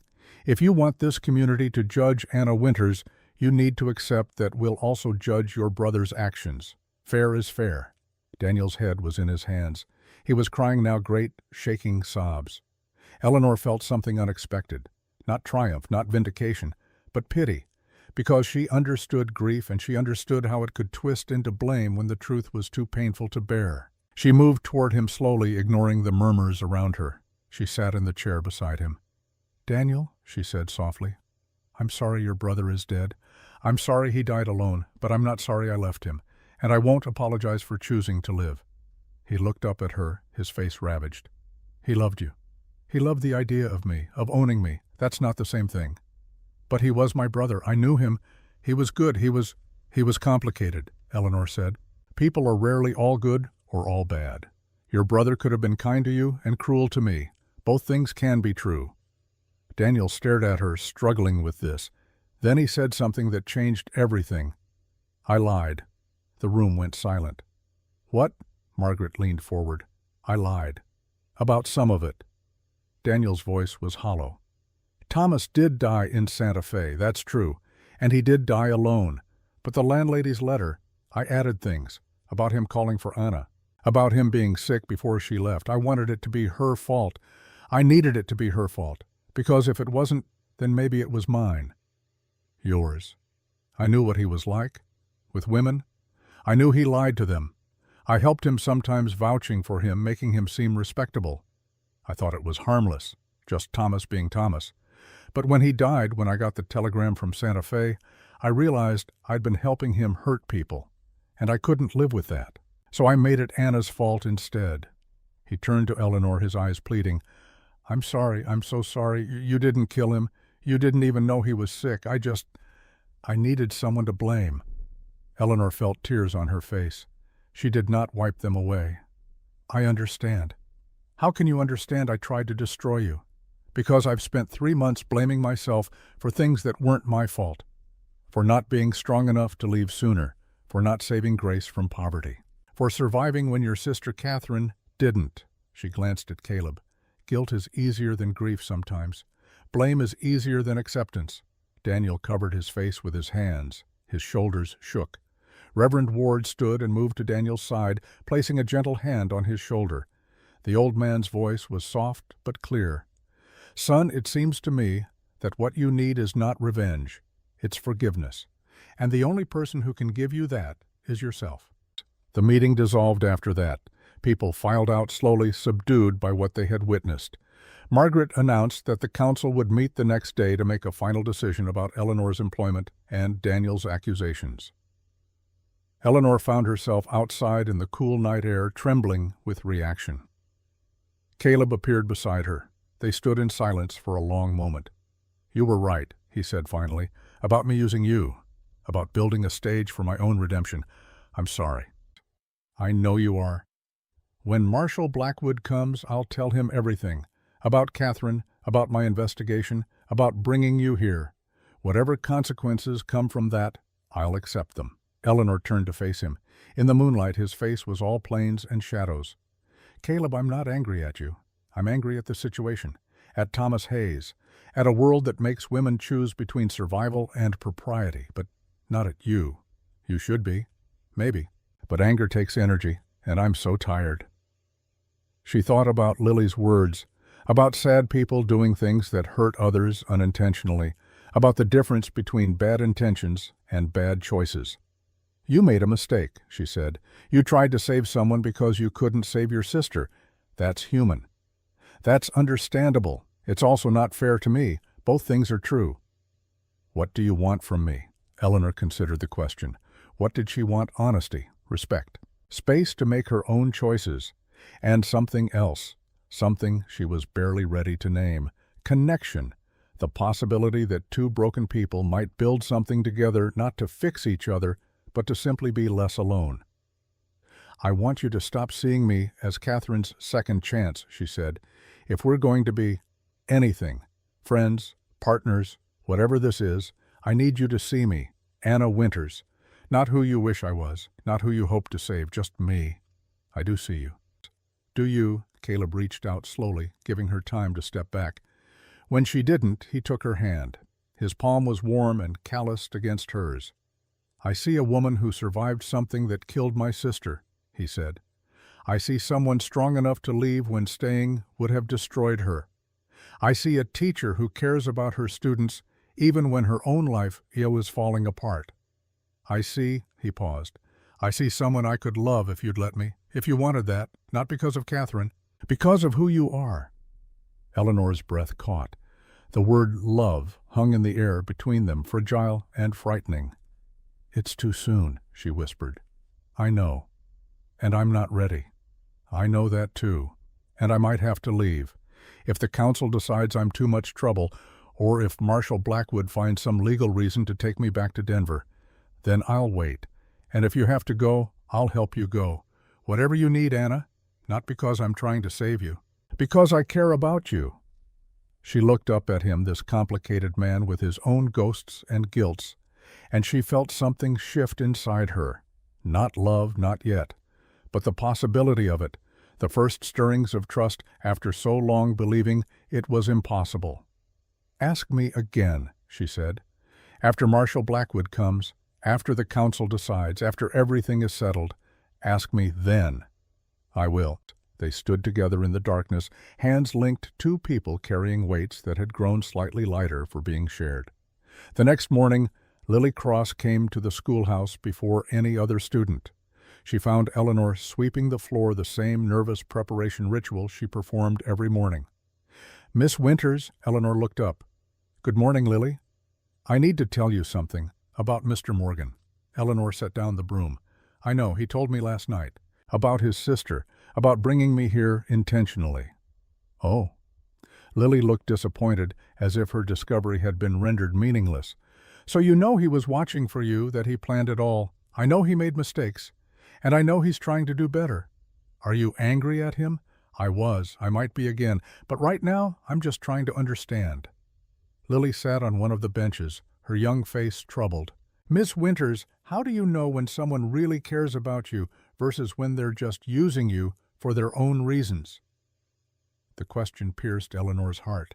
She sat down beside the girl. "That's a very hard question, Lily, and I'm not sure there's a simple answer. Sometimes people do both. They care about you, and they use you, not because they're bad, but because they're human and complicated and carrying their own hurts. But how do you protect yourself? How do you know who to trust?" Eleanor thought about Thomas and his lies, about Caleb and his manipulation born of grief, about her own choices and compromises. "I think," she said slowly, "you trust people who admit when they're wrong, who apologize, who try to do better even when it's hard. Perfect people don't exist. But people who are trying, who are honest about their mistakes, those people might be worth the risk. Is Mr. Morgan worth the risk? I don't know yet, but I'm willing to find out." Lily nodded, absorbing this. Then she said, "My mother trusted my father, and he hurt her for years, but she stayed because she thought love meant accepting whatever he did. When she finally left, she said the bravest thing she ever did was stop believing that suffering was the same as devotion. Your mother was very wise. I wish she'd been brave sooner, before it killed her." Eleanor put her arm around the girl's shoulders. They sat together in silence, two survivors of different tragedies, finding comfort in shared understanding. When the other students began to arrive, Lily stood and moved to her seat. But before the day's lessons began, she caught Eleanor's eye and mouthed two words, "Thank you." Marshal Henry Blackwood arrived on the afternoon train 2 days later. He was a man in his 50s with iron-gray hair and eyes that had seen too much to be easily fooled. He carried himself with the quiet authority of someone accustomed to command. Caleb met him at the station. The two men shook hands, old colleagues reunited under difficult circumstances. "Caleb, it's been a long time." "Too long, Henry. Thanks for coming. Your telegram was cryptic, something about Anna Winters and new evidence. It's complicated. Let me buy you a drink and I'll explain." They sat in the saloon, which was empty in the afternoon lull. Caleb told Henry everything, about Catherine and Thomas Hayes, about the investigation he had abandoned, about bringing Anna to redemption, about Daniel Carver and his accusations. Henry listened without interrupting, his face giving nothing away. When Caleb finished, Henry was quiet for a long moment. Then he said, "You manipulated a civilian into coming here so you could feel like you'd saved someone. That's not like you, Caleb." "I know." "And you withheld information about an ongoing investigation. Even after you resigned, you had a duty to pass that information to another marshal." "I know that too." "So the question is, what do you want from me? Absolution, permission, or are you finally ready to face what you did?" Caleb stared into his whiskey. "I want to know if Anna Winters is in any legal trouble, if Daniel Carver has any grounds for his accusations. And I want to know what happens to me if I admit I've been obstructing justice for 5 years." Henry sighed. "Nothing happens to you. You resigned. The case was never formally opened. Thomas Hayes is dead. There's no one to prosecute. As for Anna Winters, from what you've told me, she's guilty of nothing except leaving a bad marriage. That's not a crime, even if Daniel Carver wishes it was. So she's free. Legally. Yes, but that doesn't mean the gossip won't follow her. Doesn't mean Daniel won't keep making her life difficult. And it doesn't mean she'll want to stay here knowing you brought her here for your own reasons. I know. Henry finished his drink and stood. I'll talk to her, and to Daniel Carver. I'll make an official report that clears her of any wrongdoing. That should satisfy the law, if not everyone's conscience. That evening, the town council held their final meeting. The general store was packed again, but this time the atmosphere was different, less angry, more thoughtful. Marshal Blackwood attended his presence, lending official weight to the proceedings. He gave his report clearly and concisely. Anna Winters had broken no laws. Thomas Hayes had died of natural causes in Santa Fe months after Anna left Denver.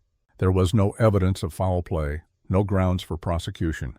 Daniel Carver sat in the back, his face haggard. He did not object. He did not speak.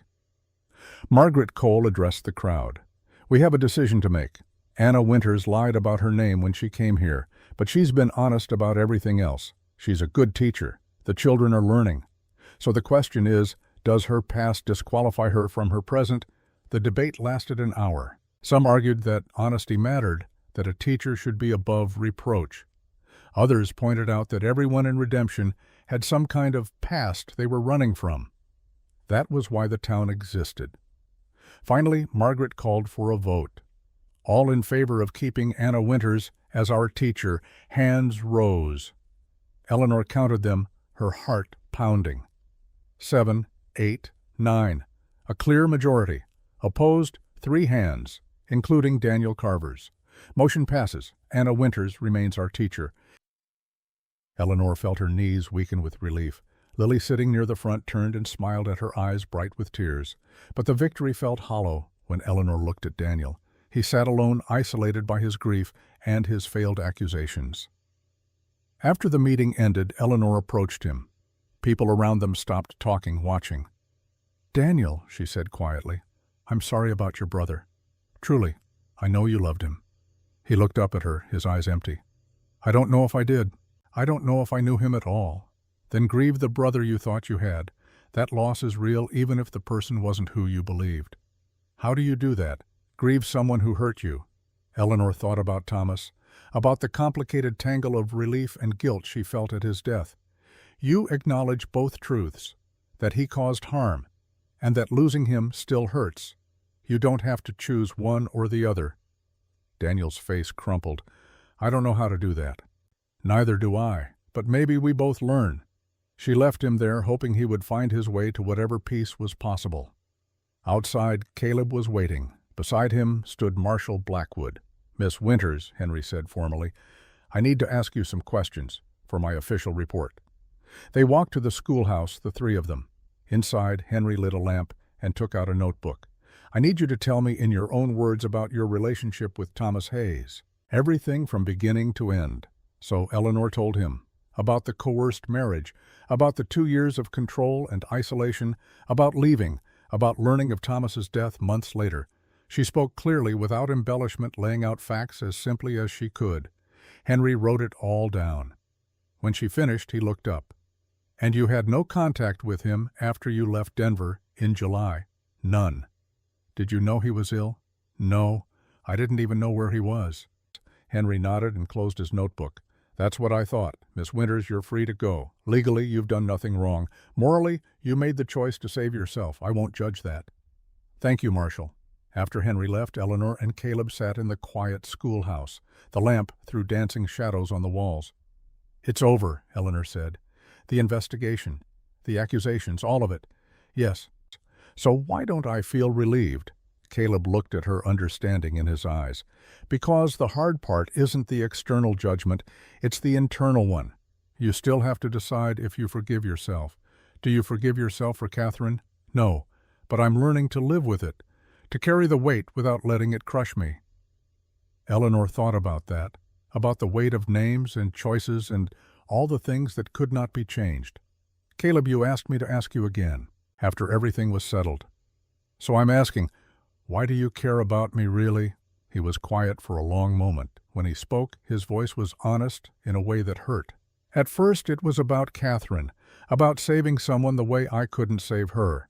But then I got to know you, saw how you fought for your students, how you faced Daniel with courage even when you were terrified, how you chose honesty even when lying would have been easier. And somewhere in there it stopped being about Catherine and started being about you, about wanting to know you better, about hoping you might want to know me too.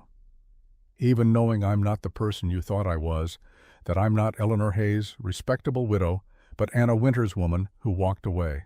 Especially knowing that, because Anna Winters is stronger and braver and more real than Eleanor Hayes ever was. Eleanor felt something break open in her chest. Not the crack of breaking, but the opening of something long closed. "I'm not ready for love," she said. "Not yet. Maybe not for a long time." "I know. But I'm ready for friendship, for honesty, for someone who sees me and doesn't try to fix me. I can do that." "Can you?" "Because everything you've done so far has been about fixing, about saving, about turning me into Catherine's redemption." "You're right, and I'll try to do better. I'll fail sometimes, but I'll try." Eleanor stood and moved to the window. Outside, the desert stretched away into darkness, vast and empty, and somehow beautiful. "I need to go to Denver," she said suddenly. Caleb stood. "What, why?" "Because Grace is there, my sister. I promised her I'd come back, and I've been hiding here using the investigation as an excuse, but really I've just been afraid. Afraid she wouldn't forgive me for leaving her, afraid I wouldn't have enough money to take care of her, afraid of everything." "The council just voted to keep you. You have a job, a home." "I know, and I'll come back. But first I need to see Grace. Need to explain. Need to ask if she wants to come here to build a life with me. She's 12 years old. She should have a choice." "When will you leave?" "Tomorrow, on the morning train." Caleb absorbed this, then he nodded. "I'll take you to the station." "You don't have to. I know, but I want to." That night Eleanor packed her small bag. The same bag she had arrived with 3 months ago, only now it held different things. Not just survival, but hope. Not just escape, but purpose. She took out the photograph of Grace and looked at it for a long time. Then she wrapped it carefully and placed it on top of her other belongings, no longer hidden at the bottom, but visible, acknowledged, real. Morning came cold and clear. Eleanor walked to the station with Caleb at her side. The town was just beginning to wake. Smoke rose from chimneys. A rooster crowed somewhere. At the station, Lily was waiting. She ran to Eleanor and threw her arms around her. "You're coming back, right? Promise you're coming back." "I promise." 2 weeks? Maybe 3. I have to see my sister. "Bring her with you. She can go to school here. We'll be friends." Eleanor hugged the girl tightly. "I'll try." The train whistle sounded. Eleanor picked up her bag. She turned to Caleb. They looked at each other for a long moment, all the words they had not said hanging between them. Finally, Caleb spoke. "Go find your sister. Bring her home if she'll come. And when you get back, we'll start over. No secrets, no saving. Just 2 people trying to figure out how to be honest with each other. I'd like that." The train whistle sounded again. Eleanor climbed aboard. As the train pulled away, she looked back at the small station at Caleb standing there with Lily beside him, both of them waving. She looked at the town beyond at Redemption, with its rough buildings and rougher people, all of them carrying their own weights, all of them trying to build something from the wreckage of their pasts.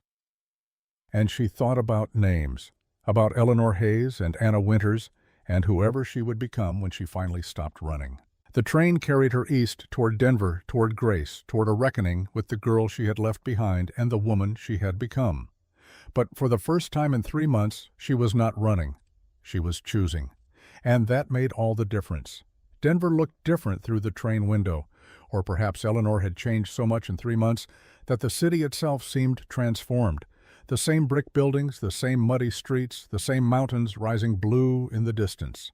But now it all felt smaller, more contained, as if the vast Arizona sky had recalibrated her sense of scale. She stepped off the train into the November cold, her breath pluming white in the afternoon air. The orphanage was across town, a 2-mile walk she had made in her mind 1,000 times, but not in body, since the day she left Grace there 6 months ago.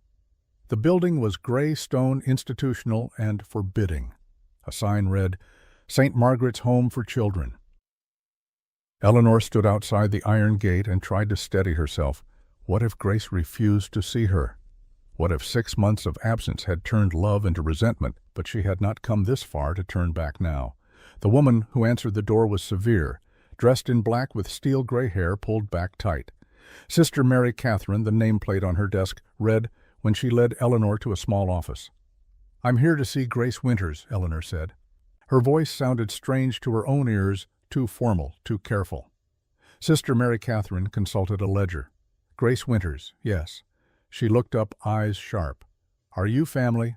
"I'm her sister, Anna Winters." The nun's eyebrows rose slightly. "We were told Grace had no family, that she was an orphan." Eleanor felt shame heat her face. "Our circumstances were complicated. I had to leave her here temporarily. But I'm back now. I want to take her home." "Home." The word seemed to hang in the air, weighted with judgment. "Miss Winters, there's something you should know. Grace has been placed in a preliminary adoption. The Lewis family filed papers 3 weeks ago. The process is nearly complete." The floor seemed to tilt beneath Eleanor's feet. "What number?" "She's my sister. You can't just give her away." "You abandoned her for 6 months with no contact. The Lewises are a respectable married couple who can provide stability. The court favors such arrangements." "I didn't abandon her. I was working, building a life for us." "Nevertheless," Sister Mary Catherine stood. "Mrs. Lewis is here now, actually. She visits Grace 3 times a week. Perhaps you should speak with her before seeing the child. It might be less disruptive." Eleanor wanted to scream that she would not be managed or redirected, that Grace was her family, not some stranger's, but she forced calm into her voice. "Fine. I'll speak with her, Mrs. Lewis was younger than Eleanor expected, perhaps 30, with kind eyes and expensive clothes. She sat in the visiting room, a basket of sweets beside her. "Miss Winters," she said when Eleanor entered. "Sister Mary Catherine told me you might come. I'm Margaret Lewis." Eleanor remained standing. "You're trying to adopt my sister." "I'm trying to give a child a home, a real home, with 2 parents and security. Can you offer her that?" "I can offer her family, which is more than you can." Mrs. Lewis's expression remained gentle but firm. "Miss Winters, I understand you care for Grace, but caring isn't enough. She needs stability, education, a future. My husband and I can provide all of that." "So can I. I'm a teacher in Arizona Territory. I have a job, a salary, a home prepared for her. A single woman working on the frontier that's hardly stable." Eleanor felt rage building, but kept her voice level. "Grace should choose, not you, not Sister Mary Catherine. Not the courts, Grace. Grace is 12 years old. She's not equipped to make this decision. She's equipped to know who her family is." Mrs. Lewis stood gathering her basket. "I've grown to care for Grace these past weeks. She's bright and sweet and deserves better than uncertainty. I hope you'll consider what's truly best for her, not just what eases your own guilt." After she left, Eleanor sat alone in the visiting room and fought the urge to break something. She had survived Thomas. She had survived Denver. She had built a new life from nothing. And now this stranger wanted to take the one person who mattered most. Sister Mary Catherine returned. "Grace will see you now. But Miss Winters, I must warn you. She's been told you're coming. Her reaction may not be what you hope." The door opened. Grace stood in the hallway, taller than Eleanor remembered, thinner, with eyes that held no warmth. They stared at each other across the small office. Eleanor's voice came out as barely more than a whisper. "Grace? Oh, Grace, I'm so sorry." "Sister Mary Catherine says you want to take me away." Not Anna, not sister, just flat observation that landed like a stone in Eleanor's chest. "Yes, I have a job now, in Arizona, a place we can live together. I came to bring you home. This is my home now." The words were simple, devastating. Eleanor felt her carefully constructed plans crumble. "Grace, I know you're angry. You have every right to be, but I never stopped thinking about you. Everything I did was to make enough money to come back for you. You promised you wouldn't leave me. You promised we'd stay together. Those promises didn't mean much." Eleanor moved closer, but Grace shifted back, maintaining distance. "I don't expect you to forgive me right away, but I hope you'll give me a chance to explain. I don't need explanations. Mrs. Lewis explained everything. You left because you didn't want the responsibility. You chose yourself over me. That's not true. I left because I had no choice, and I came back as soon as I could. 6 months, Anna. 6 months without a letter, without a telegram. I thought you were dead, or worse, that you'd forgotten about me. Guilt crashed over Eleanor like a wave. You're right. I should have written. I should have found a way to let you know I was alive, that I was working toward bringing you home. I was selfish and scared, and I hurt you. Grace's rigid posture softened slightly, though her arms remained crossed. Mrs. Lewis says I'll have my own room, and books, and a piano. She says I can go to a real school and maybe even college someday. I can't give you a piano, but I can give you family. I can give you a sister who will never leave you again. You already left me once. I know. And I'll spend the rest of my life proving that was the biggest mistake I ever made. Grace's face crumpled slightly, the 12-year-old beneath the defensive shell showing through. I don't know if I can trust you again. Eleanor's voice caught. Then don't. Not right away. Come to Arizona for 2 weeks. See where I live, meet the people I work with. If you hate it, if you still want the Lewises, I'll bring you back. I'll let you go. But give me 2 weeks to show you that I mean what I say. Why should I? Because I'm your sister, and because somewhere under all that anger, you still love me, just like I love you. Grace stared at her for a long moment. Then she said quietly, I signed the papers, the preliminary adoption.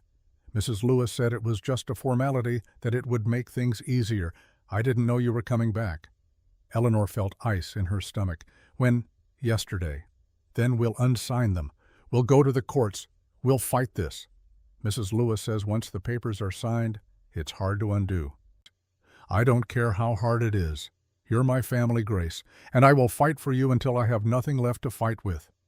Something shifted in Grace's expression. The wall did not come down, but a crack appeared. 2 weeks, she said finally. I'll ask Sister Mary Catherine about visiting, but if I don't like it, I'm coming back here, and you have to accept that. Deal. The next 3 days were the hardest of Eleanor's life, harder than leaving Thomas, harder than facing Daniel Carver's accusations, because this time she was not fighting external enemies, but the consequences of her own choices. She hired a lawyer to contest the preliminary adoption. She provided proof of employment letters of reference from Margaret Cole and the Redemption Town Council evidence that she could support Grace. Mrs. Lewis fought back, claiming Eleanor's frontier life was unsuitable for a young girl, that a single woman could not provide proper supervision, that Grace deserved the stability of a traditional family. The judge was skeptical of both sides. This girl has been in the orphanage for 6 months with no contact from her sister. Now suddenly, Miss Winters appears and wants custody. Mrs. Lewis's concerns are not unreasonable. Eleanor's lawyer, a young man named Peter Walsh, who took the case for minimal fee, argued passionately. Miss Winters was building a life capable of supporting her sister. She acted responsibly, ensuring she had employment and housing before reclaiming custody. That shows planning, not abandonment. And the lack of contact. Eleanor spoke directly to the judge. I was wrong not to write. I was scared and focused on survival, and I failed Grace. But I'm here now, and I'm asking for a chance to make it right. The judge studied her. Miss Winters, I'm going to allow a trial visit. 2 weeks as you proposed. Grace will go to Arizona with you. At the end of that time, I'll interview her privately. If she wishes to return and proceed with the Lewis adoption, I'll grant it. If she wishes to stay with you, I'll dismiss the adoption petition. Fair. Eleanor's breath released. Fair. Thank you, Your Honor. Mrs. Lewis looked stricken, but nodded her acceptance. That evening, Eleanor sat with Grace in the orphanage common room. The girl was quiet, processing everything. Are you scared? Eleanor asked. Yes. Me too. What if I like it there? What if I want to stay, but I'm still angry at you? Eleanor took Grace's hand carefully. Then we figure it out together. Anger doesn't cancel love, Grace. You can be both. You're allowed to be complicated. Mrs. Lewis isn't complicated. She's just nice. Nice is good, but nice isn't family. Grace was quiet for a moment. Then she said, Tell me about Arizona. Really, not just the good parts. So Eleanor told her. About the heat and the dust and the small house, about students who ranged from 6 to 16, about Lily Cross and her sharp observations, about Caleb Morgan and his complicated history, about a community built from broken people trying to build something better. It's not perfect, Eleanor finished, but it's real, and it's ours if you want it. Grace nodded slowly. 2 weeks. I'll try. The train to Arizona left 3 days later. Eleanor and Grace boarded with a single trunk between them, everything Grace owned in the world. As the train pulled away from Denver, Eleanor watched the city recede. Beside her, Grace pressed her face to the window, silent and uncertain. The first day passed in awkward quiet. They spoke little. Grace read a book Mrs. Lewis had given her. Eleanor pretended to sleep but mostly watched her sister and prayed she would not fail her again. That night, in the cramped sleeping berth, Grace finally spoke. "Anna, what if I'm not brave enough for this? Brave enough for what? Starting over, trusting you, living somewhere new." Eleanor turned to face her in the darkness. "Then I'll be brave enough for both of us until you catch up. Promise, promise." Grace was quiet for a moment. Then she said, "I want to believe you, but I'm scared you'll leave again. I know, and I can't prove I won't with words, only with time. So I'll show you day by day that I'm staying." The second night on the train, something shifted. Grace fell asleep with her head on Eleanor's shoulder, her small body relaxing into trust. She was not yet ready to speak aloud. Eleanor sat very still, afraid to move and wake her. Through the window, the desert landscape rolled past in moonlit silver, scrub brush and empty land, and a sky so vast it seemed to hold all the world's possibilities. In the window's reflection, Eleanor could see them both. Two faces similar enough to be sisters, different enough to be their own people. Grace young and uncertain. Eleanor older and scarred, but still trying. Eleanor rested her hand gently on Grace's hair. Her lips moved soundlessly. "I'm sorry. I'm here now. I won't leave you again." The train carried them through the night, through New Mexico territory, through the vast empty spaces where people went to disappear or to be found.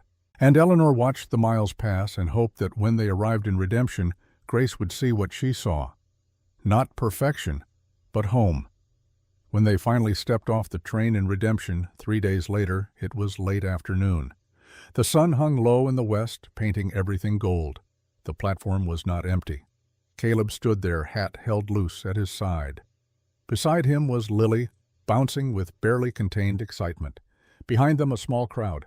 Margaret Cole, William Cross, Reverend Ward, even some of the students. Lily broke away from the group and ran to Grace. "You must be Grace. I'm Lily. Miss Winters told me about you in her letters. We're going to be best friends." Grace looked overwhelmed but managed a small smile. Eleanor met Caleb's eyes over the girls' heads. Something warm passed between them, unspoken but understood. "Welcome home," he said quietly. "Thank you for meeting us." Margaret stepped forward. "Miss Winters, Grace, we've prepared a house for you. Nothing fancy, but it's got 2 bedrooms, and it's close to the school." Eleanor felt emotion rise in her throat. "You didn't have to do that." "Course we did. You're one of us now." The house was small but solid, whitewashed walls and 2 rooms exactly as Margaret had promised. Furniture had been donated or built. On the table sat a basket of food and a note in Lily's handwriting, "Welcome home. You're going to love it here."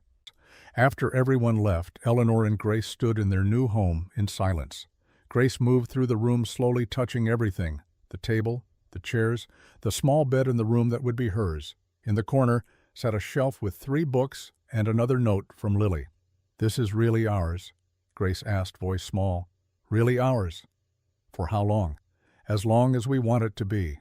That night they sat on the small porch and watched stars emerge in the vast desert sky. Grace leaned against Eleanor's shoulder. "Anna, I think I might like it here." Eleanor's heart expanded. Yeah, it feels safe, like people actually want us." "They do. And so do I." Grace was quiet for a moment. Then she said, "I'm still angry at you for leaving, for not writing, for everything. I know.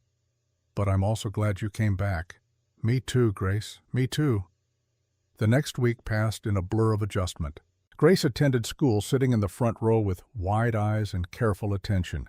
The other students welcomed her with easy acceptance. Lily appointed herself Grace's guide, showing her everything, making her laugh, drawing her out of her shell. Eleanor taught and watched her sister settle in with growing relief. This was working. Grace was happy. Maybe, just maybe, they would make it through the 2 weeks, and Grace would choose to stay. Then, on the 8th day, everything changed. Eleanor was teaching arithmetic when William Cross burst into the schoolhouse, his face pale. "Anna, you need to come to the store. Now. There's a telegram." Eleanor's stomach dropped. She dismissed the students early and ran. The general store was crowded. Margaret, Caleb, Reverend Ward. Others. They all turned when she entered. Margaret held a piece of paper, her expression grim. "Anna, you need to read this." The telegram was from Marshal Henry Blackwood in Denver. "Stop. Investigation reopened." "Stop. Thomas Hayes, alive." "Stop. Spotted in Tucson." "Stop. Claims Anna Winters still legally his wife." "Stop. Seeking custody of minor child Grace Winters as family." "Stop. Advise caution." "Stop. Blackwood." Eleanor's vision blurred. The paper slipped from her hands. No, that's impossible. He's dead. Daniel said he died in Santa Fe." Caleb picked up the telegram, his jaw tight. Either Daniel lied or Thomas faked his death. Either way, he's alive now. And if he's in Tucson, he's only a day's ride from here. He can't take Grace. He's not her family. He's nothing to her. Margaret's voice was hard. Legally, as your husband, he might have a claim, especially if he argues you're unfit and he can provide a more stable home. Eleanor felt the room spin. She had escaped Thomas once, built a new life, found Grace. And now he was back, reaching out from the grave she thought he was in, trying to take everything again. "What do I do?" Caleb stepped closer. "We fight. Together. This is your home now, Anna, and we protect our own." A town meeting was called for that evening. Every adult in Redemption crowded into the schoolhouse. Grace sat with Lily in the back, frightened and confused. Margaret addressed the crowd. "Some of you know Anna's story, some don't. But here's what matters now. A man claiming to be her husband is threatening to take custody of her sister. The law might be on his side. But justice sure as hell isn't." Murmurs of agreement. "The question is, what do we do? Do we hide Anna and Grace? Do we confront this man if he comes here? Do we involve the territorial authorities? I want ideas." Reverend Ward stood. "We cannot act outside the law, no matter how unjust it seems, but we can bear witness. We can document Thomas Hayes's character. We can provide testimony that Anna is fit and capable." William Cross spoke next. "We can also make it damn uncomfortable for him to show his face here. Redemption takes care of its own." Others chimed in. Offers of support, pledges to stand with Eleanor, plans to contact lawyers to gather evidence to build a defense. Eleanor stood, her voice shaking. "Thank you, all of you, but I need to say something. Thomas Hayes is dangerous, not violently, but in other ways. He manipulates, he lies, he makes people doubt themselves. If he comes here, I need you to be ready for that. He'll try to turn you against me. He'll make me seem unstable or unfit. And some of you might believe him." "We won't," Lily called from the back. "We know who you are." Eleanor met the girl's eyes. "I hope you're right." The meeting ended with a plan. Caleb would ride to Tucson the next day with 2 other men to investigate. Marshal Blackwood would be contacted for legal guidance. And Eleanor would prepare for the possibility that Thomas might arrive in Redemption, demanding what he claimed was his. That night, Eleanor could not sleep. She sat on her porch and stared at the darkness and tried to understand how her past kept finding her, no matter how far she ran. Footsteps in the dark. Caleb appeared, his face shadowed. "Can't sleep either?" he asked. "No." He sat beside her. For a long moment, neither spoke. "I should have known," Eleanor finally said. "Should have checked. Should have made sure he was really dead before I let myself believe I was free." "You can't blame yourself for believing what you were told." "Can't I? I wanted him dead so badly that I didn't question it when Daniel said it was true. And now Grace might pay the price for my wishful thinking." Caleb's hand found hers in the darkness. "Whatever happens, we'll face it. You're not alone this time, Anna. What if he takes her? What if the law says she belongs with him as my husband's family? Then we'll fight that too. We'll appeal. We'll make so much noise that every judge in the territory knows Thomas Hayes's real character." Eleanor leaned against his shoulder. "I'm tired of fighting, Caleb. I just want peace. I just want to keep my sister safe." "I know, but sometimes peace has to be won." They sat together until dawn began to lighten the eastern sky, two people carrying weights that had grown lighter for being shared but no less real. Caleb left for Tucson at first light, with two ranchers, both armed and grim-faced. Eleanor taught school as if everything was normal, though her hand shook when she wrote on the board, and Grace watched her with worried eyes. 2 days later, Caleb returned. The whole town gathered to hear what he had found. "Thomas Hayes is alive," Caleb confirmed. "He's staying at a boarding house in Tucson under his own name. I spoke with the landlady. He's been there 2 weeks asking questions about redemption, about Anna, about Grace." "Did you confront him?" Margaret asked. "No, I wanted to see what we're dealing with first. He looks the same, sounds the same, but something's wrong with him. The landlady said he has episodes, chest pain, shortness of breath. She thinks his heart is failing." Eleanor absorbed this. Thomas was dying, truly dying, this time not faked. "How long?" she asked. "Months, maybe, not long. And he wants Grace because he's dying alone and desperate, because taking her would hurt you, because controlling something, anything, makes him feel powerful again." Caleb's expression was hard. "He's not doing this for Grace's welfare. He's doing it for himself. One last act of cruelty." The next day, Thomas Hayes arrived in Redemption. He came on the afternoon stage dressed in a fine suit that hung loose on his thinning frame. Eleanor was teaching when someone ran to the schoolhouse with the news. She dismissed class early. Grace clung to her hand. "Is that him? The man you were married to?" "Yes." "I don't want to meet him." "You don't have to. Stay with Lily. I'll handle this." But Grace shook her head. "No, if he's trying to take me, I should see who he is. I should be able to tell the judge what I think." Eleanor's heart broke with pride. 12 years old and already braver than Eleanor had been at twice that age. They walked together to the general store where the town had gathered. Thomas stood in the center, playing the role of wronged husband with practiced ease. "All I want," he was saying to Margaret Cole, "is to take my wife home, and to ensure her sister is properly cared for. Surely you can understand that." "I understand a lot of things," Margaret said coldly. "Starting with the fact that Anna left you for good reason. A misunderstanding, marital difficulties that can be resolved. She doesn't want to resolve them. She wants you to leave. Unfortunately, what she wants is irrelevant. She's my wife, legally bound to me." The door opened. Eleanor and Grace entered. Thomas turned, and for a moment his practiced composure slipped. Eleanor saw what Caleb had described: illness, desperation, and beneath it all the same cold need for control that had defined their marriage. "Anna," he said, voice smooth. "There you are. We need to talk." "We have nothing to talk about, Thomas. Don't we? I think the matter of our marriage and your sister's welfare requires discussion." Grace pressed closer to Eleanor. Thomas's eyes moved to her, calculating. "And this must be Grace. You've grown, my dear. I'm Thomas Hayes, your sister's husband." "She's not your sister," Grace said, voice small but steady. "She's mine. And she doesn't want you here." Thomas smiled, the expression not reaching his eyes. "Children often don't understand adult situations. That's why adults make decisions for them." Caleb stepped forward. "You need to leave. Now." "Or what? You'll shoot an unarmed man in front of witnesses? I think not. I have legal rights here. I'm taking my wife back to Denver, and I'm petitioning for custody of Grace.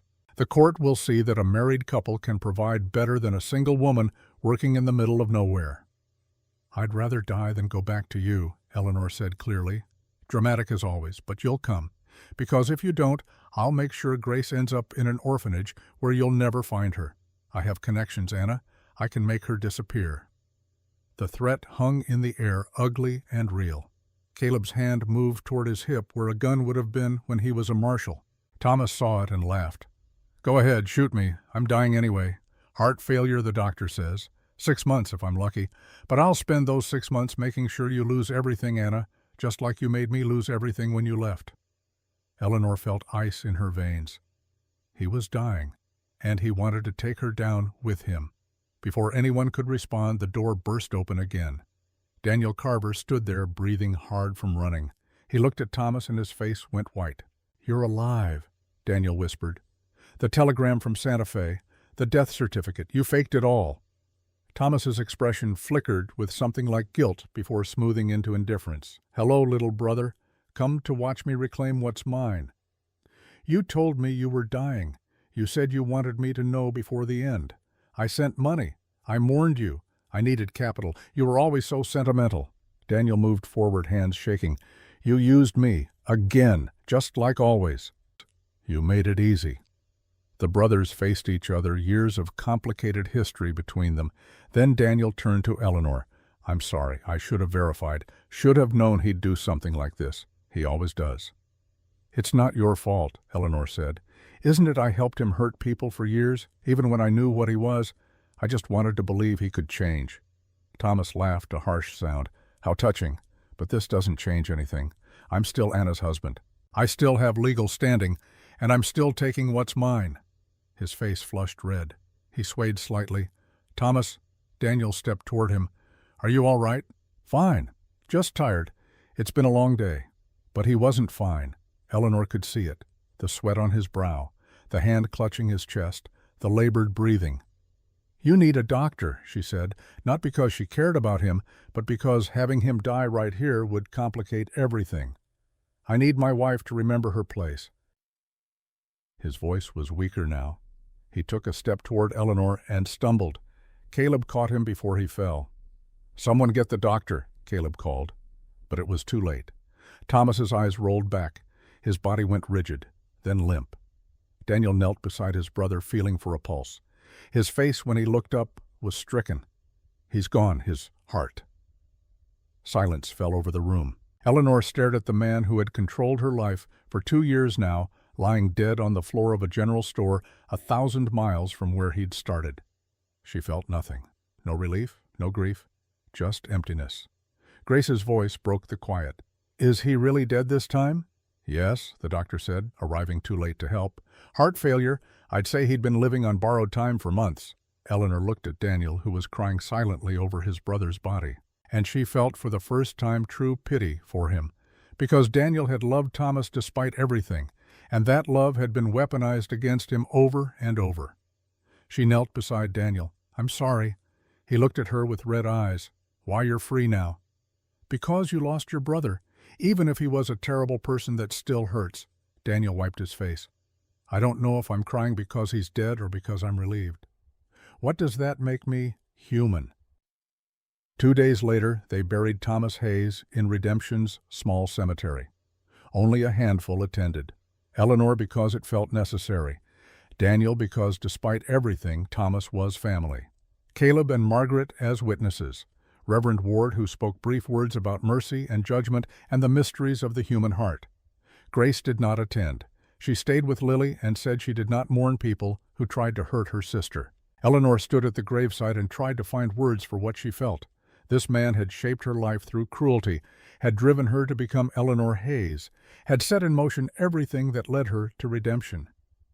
"I don't forgive you," she said quietly when the others had left, and it was just her and the fresh grave. "But I'm letting you go. Whatever debt I thought I owed, it's paid now.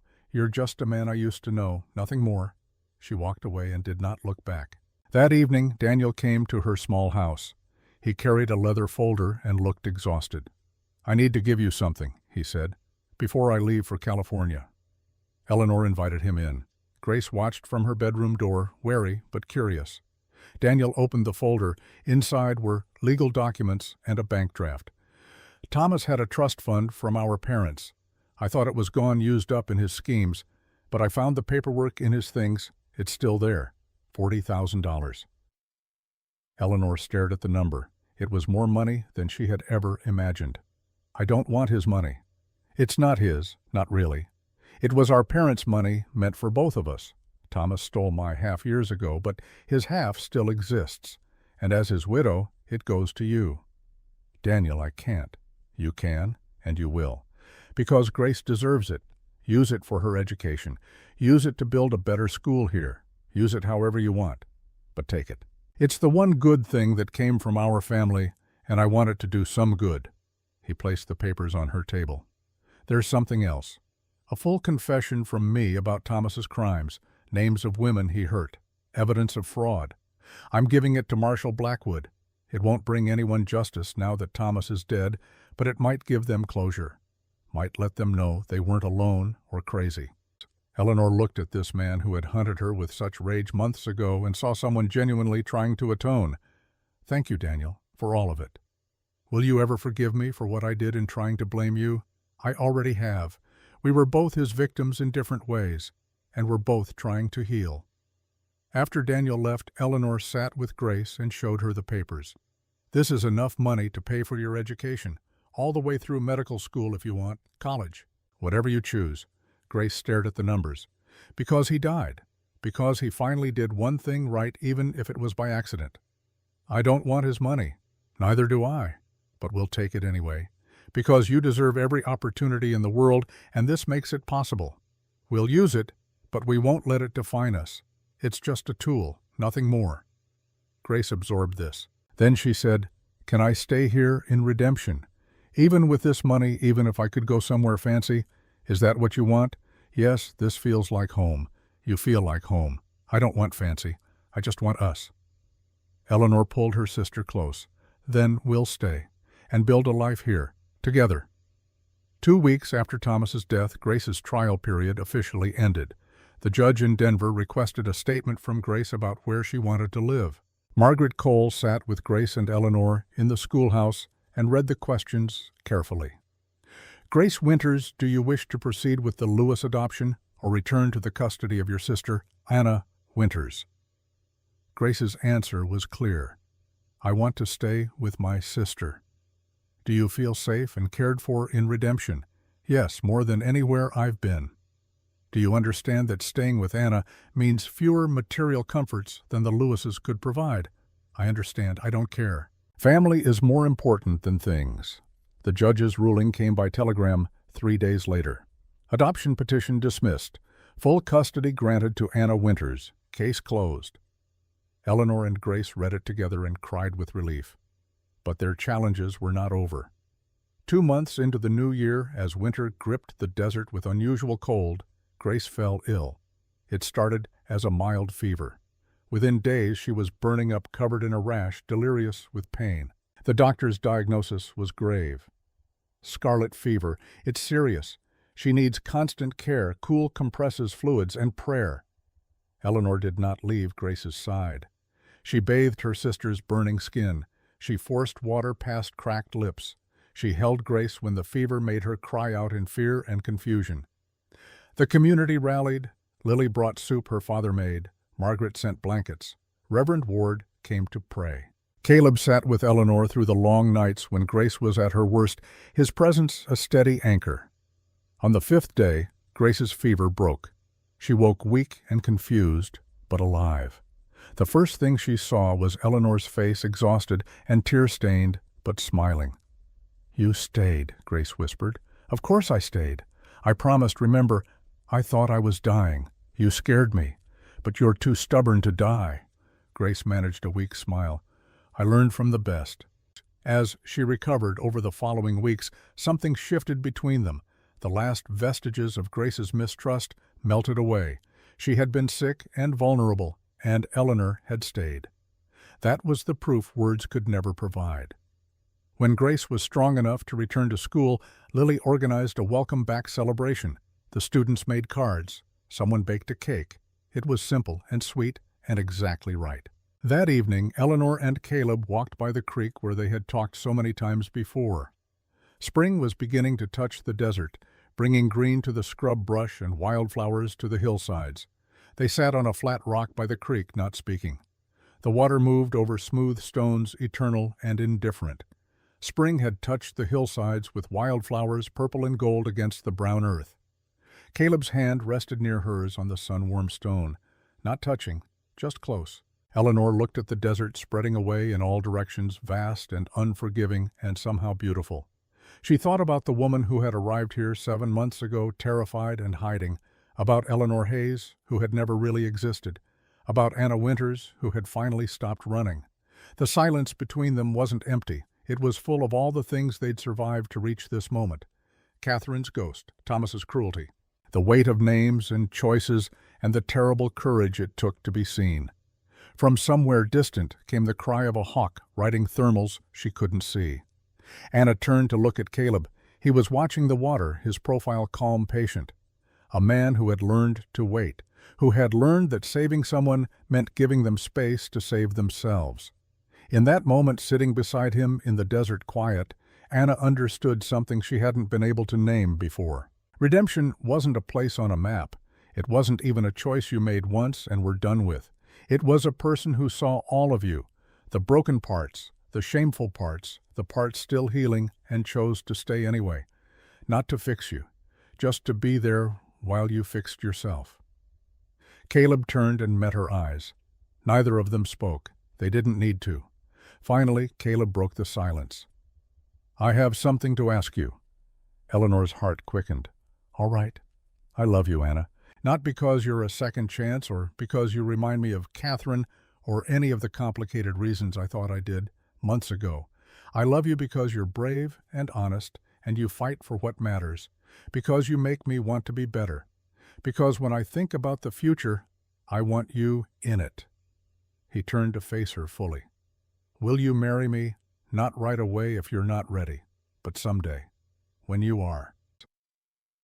Eleanor looked at this man who had brought her to redemption for the wrong reasons, but had stayed for the right ones, who had seen her at her worst and her best and chosen to stay anyway. "I love you too," she said. "And yes, someday soon, I'd like to marry you." They kissed, then soft and sure, a promise exchanged beside moving water under the vast Arizona sky. The wedding happened 3 months later in the spring of 1885. Simple and small, in the schoolhouse Eleanor had helped build. Grace stood beside her as witness. Lily stood with Caleb. The whole town attended. Eleanor wore a simple blue dress. Caleb wore his Sunday best. Reverend Ward spoke about second chances and chosen families and the courage it takes to build something new from broken pieces. When they exchanged vows, Eleanor spoke from her heart. "I promise to be honest with you, to let you see all of me, even the parts I'm still learning to accept. I promise to choose you every day the way you've chosen me. I promise that whatever comes, we'll face it together." Caleb's vows were equally simple. "I promise to see you as you are, not who I think you should be. I promise to stand beside you, not in front of you or behind you. I promise to build a life with you, not for you." They sealed their promises with a kiss, and the town erupted in cheers. At the reception, Daniel Carver appeared unexpectedly. He had traveled from California to deliver a wedding gift, the deed to 10 acres of land adjacent to the school purchased with the last of Thomas's trust. "For expansion," he explained, "so you can build a bigger school, help more children." Eleanor hugged him. "Thank you for everything. I'm the one who should be thanking you, for showing me that it's never too late to choose differently." Time moved forward. Grace thrived, becoming one of the school's brightest students. Lily married and became head teacher for the younger children. The school expanded onto Daniel's donated land, doubling in size. And Eleanor, now Anna Winters Morgan, built a life that was messy and complicated and absolutely hers. 4 years later, in the autumn of 1889, Anna sat at the desk in the schoolhouse and wrote a letter to Grace, who was leaving the next day for medical college in San Francisco. "My dearest Grace," she began. "I'm writing this not because I don't know how to say goodbye in person, but because some things need to be written down to be real. When I left you in that orphanage 6 years ago, I thought I was protecting you by building a life before bringing you into it. I was wrong. I should have brought you with me, should have built that life together from the start, but I can't change the past. I can only try to do better in the present. You have given me more grace than I deserved. You trusted me when you had every reason not to. You forgave me when forgiveness was the hardest thing to give. You chose me over comfort and security.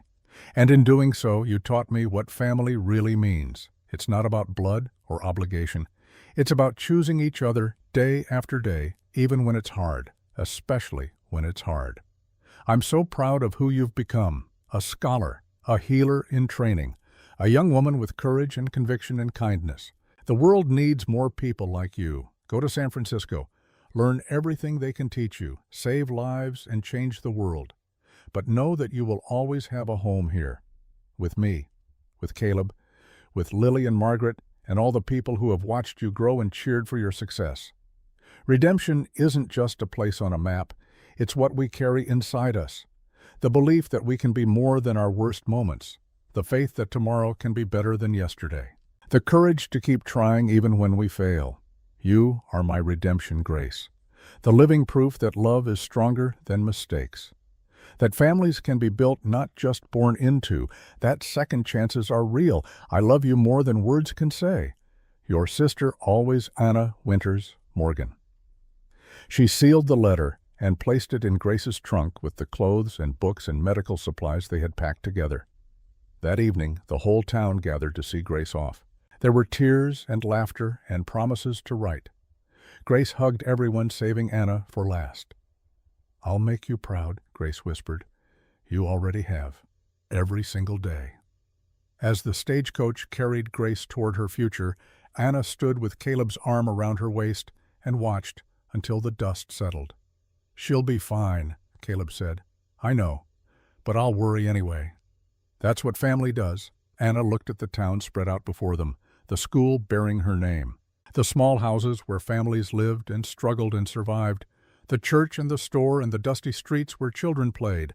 This was what she had built from the ashes of Eleanor Hayes. Not a perfect life, not a life without pain or loss or hard choices, but a real life, an honest life, a life that belonged entirely to her. She thought about names, about Anna Winters, who had been broken and rebuilt, about Eleanor Hayes, who had been a necessary fiction, about Anna Winters Morgan, who was the synthesis of both the woman who had survived and chosen love anyway. "Caleb," she said. "Yes. Do you ever regret it? Bringing me here, all the complications I brought with me." He was quiet for a moment, considering. Then he smiled. "Not for a single second. You're the best complication that ever happened to me." They walked home together as the sun set over redemption, painting the desert in shades of amber and gold. And Anna Winters Morgan, teacher, sister, wife, survivor, felt something she had not felt in years. Not just peace, but joy. The deep, abiding joy of being fully, completely, honestly herself. And knowing that was enough. No, more than enough. It was everything. The end.